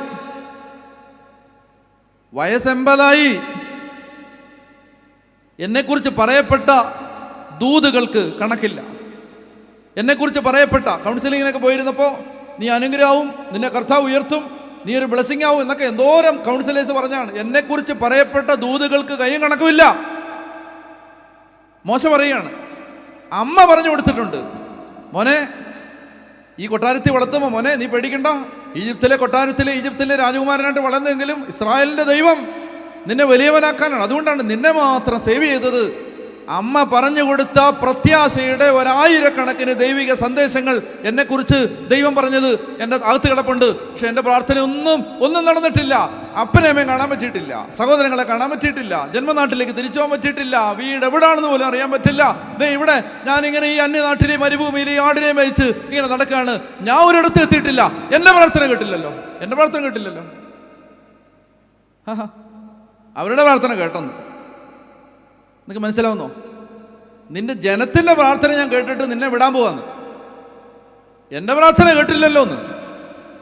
ഒരു ചോദ്യം ചോദിക്കട്ടെ ഞാൻ. നിങ്ങളുടെ പ്രാർത്ഥനയ്ക്ക് മറുപടി കിട്ടുന്നതാണോ നിങ്ങൾക്കിഷ്ടം? നിങ്ങളെ പലരുടെയും പ്രാർത്ഥനയുടെ ഒരു മറുപടിയാക്കുന്നതാണോ നിങ്ങൾക്കിഷ്ടം? മനസ്സിലായി? നിങ്ങൾ പ്രാർത്ഥിച്ചതിനൊക്കെ മറുപടി കിട്ടുന്നതാണോ നിങ്ങൾക്കിഷ്ടം? നിങ്ങളെ പലരുടെയും പ്രാർത്ഥനയ്ക്ക് മറുപടി ആക്കുന്നതാണോ നിങ്ങൾക്കിഷ്ടം? പറഞ്ഞേ ഹല്ലേലൂയാ. മോശ നിൽക്കുന്നത് ഈ ക്രൈസിസിനകത്താണ്. എൻ്റെ പ്രാർത്ഥനയ്ക്കൊന്നും ആൻസർ കിട്ടിയിട്ടില്ല, അല്ലേ? എൻ്റെ പ്രാർത്ഥനയ്ക്ക് ആൻസർ കിട്ടിയിട്ടില്ല. അപ്പോൾ പറയാണ്, അവർ കിടന്ന് നിലവിളിച്ചതിന് നിന്നെ ഞാൻ അതിന് ആൻസറായിട്ട് നിന്നെ വിടാൻ പോകും. ശ്രദ്ധിച്ചു കേട്ടോ, ഒരു തീ ഇറങ്ങിയാൽ മാത്രം സംഭവിക്കുന്ന ഒരു കാര്യമാണിത്. തീ ഇറങ്ങിയാൽ മാത്രം. തീ ഇറങ്ങാത്തവർക്ക് ശ്രദ്ധിക്കണം, അവരുടെ ചില പ്രാർത്ഥനകൾക്ക് ചിലപ്പോൾ മറുപടി കിട്ടും. ഒരു തീ ഇറങ്ങാത്തവർക്ക് അവരുടെ ചില പ്രാർത്ഥനകൾക്ക് ചിലപ്പോൾ മറുപടി കിട്ടും. എന്നാൽ ഒരു തീ ഇറങ്ങുന്നവന് അവൻ്റെ ഒരു പ്രാർത്ഥനയ്ക്ക് മറുപടി കിട്ടിയില്ലെങ്കിലും അവനെ അനേകരുടെ പ്രാർത്ഥനയ്ക്ക് മറുപടിയായിട്ട് ദൈവം മാറ്റുമ്പോൾ അവൻ്റെ പ്രാർത്ഥനകളെല്ലാം സഫലമാകും. പറഞ്ഞേ ഹല്ലേലൂയ.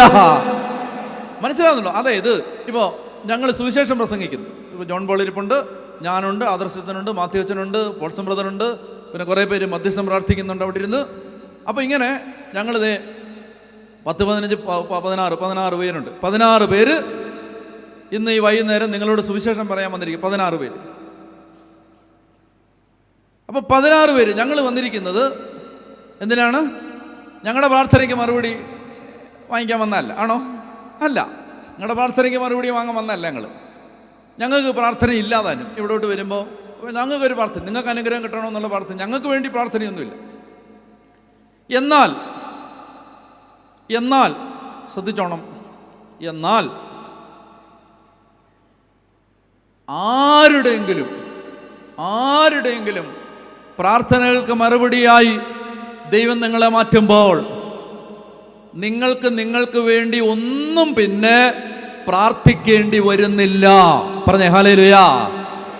അതാണ് ഞങ്ങളുടെ അവസ്ഥ. ഇപ്പം ഞങ്ങളുടെ കാര്യങ്ങളൊന്നും പ്രാർത്ഥിക്കേണ്ട ആവശ്യമില്ല. പ്രാർത്ഥിക്കാതെ തന്നെ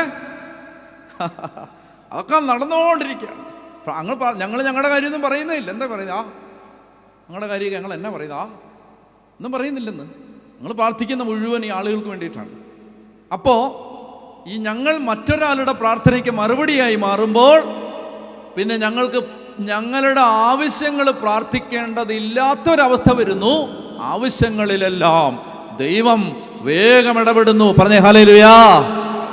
പിന്നെന്താ സംഭവിച്ചറിയാ? സ്വന്തം ജനത്തിൻ്റെ ഇടയിൽ നിന്ന് നാണം കെട്ടവനെ പോലെ ഓടിപ്പോകേണ്ടി വന്ന ഒരുവനെ ഒരു രാജാവിനെ പോലെ തിരിച്ചു കൊണ്ടുവന്ന് സ്വന്തം ജനത്തിൻ്റെ നേതാവാക്കി മാറ്റി, ദൈവത്തിന് ഏറ്റവും പ്രിയപ്പെട്ട പ്രവാചകനാക്കി മാറ്റുമ്പോൾ മോശയുടെ സകല പ്രാർത്ഥനകളും അവിടെ ഉത്തരം ദൈവം കൊടുത്ത് പ്രാർത്ഥനകൾ സഫലമാവുകയാണ്.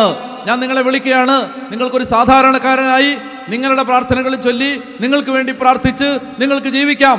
അപ്പോൾ നിങ്ങളുടെ ചില പ്രാർത്ഥനകൾക്ക് ചിലപ്പോൾ ഉത്തരം കിട്ടുമായിരിക്കും. നിങ്ങളുടെ എല്ലാ പ്രാർത്ഥനകൾക്കും ഉത്തരം കിട്ടാൻ ഞാൻ നിങ്ങളെ വിളിക്കുകയാണ്, ഒരു തീ ഇറങ്ങാൻ പ്രാർത്ഥിക്കുക.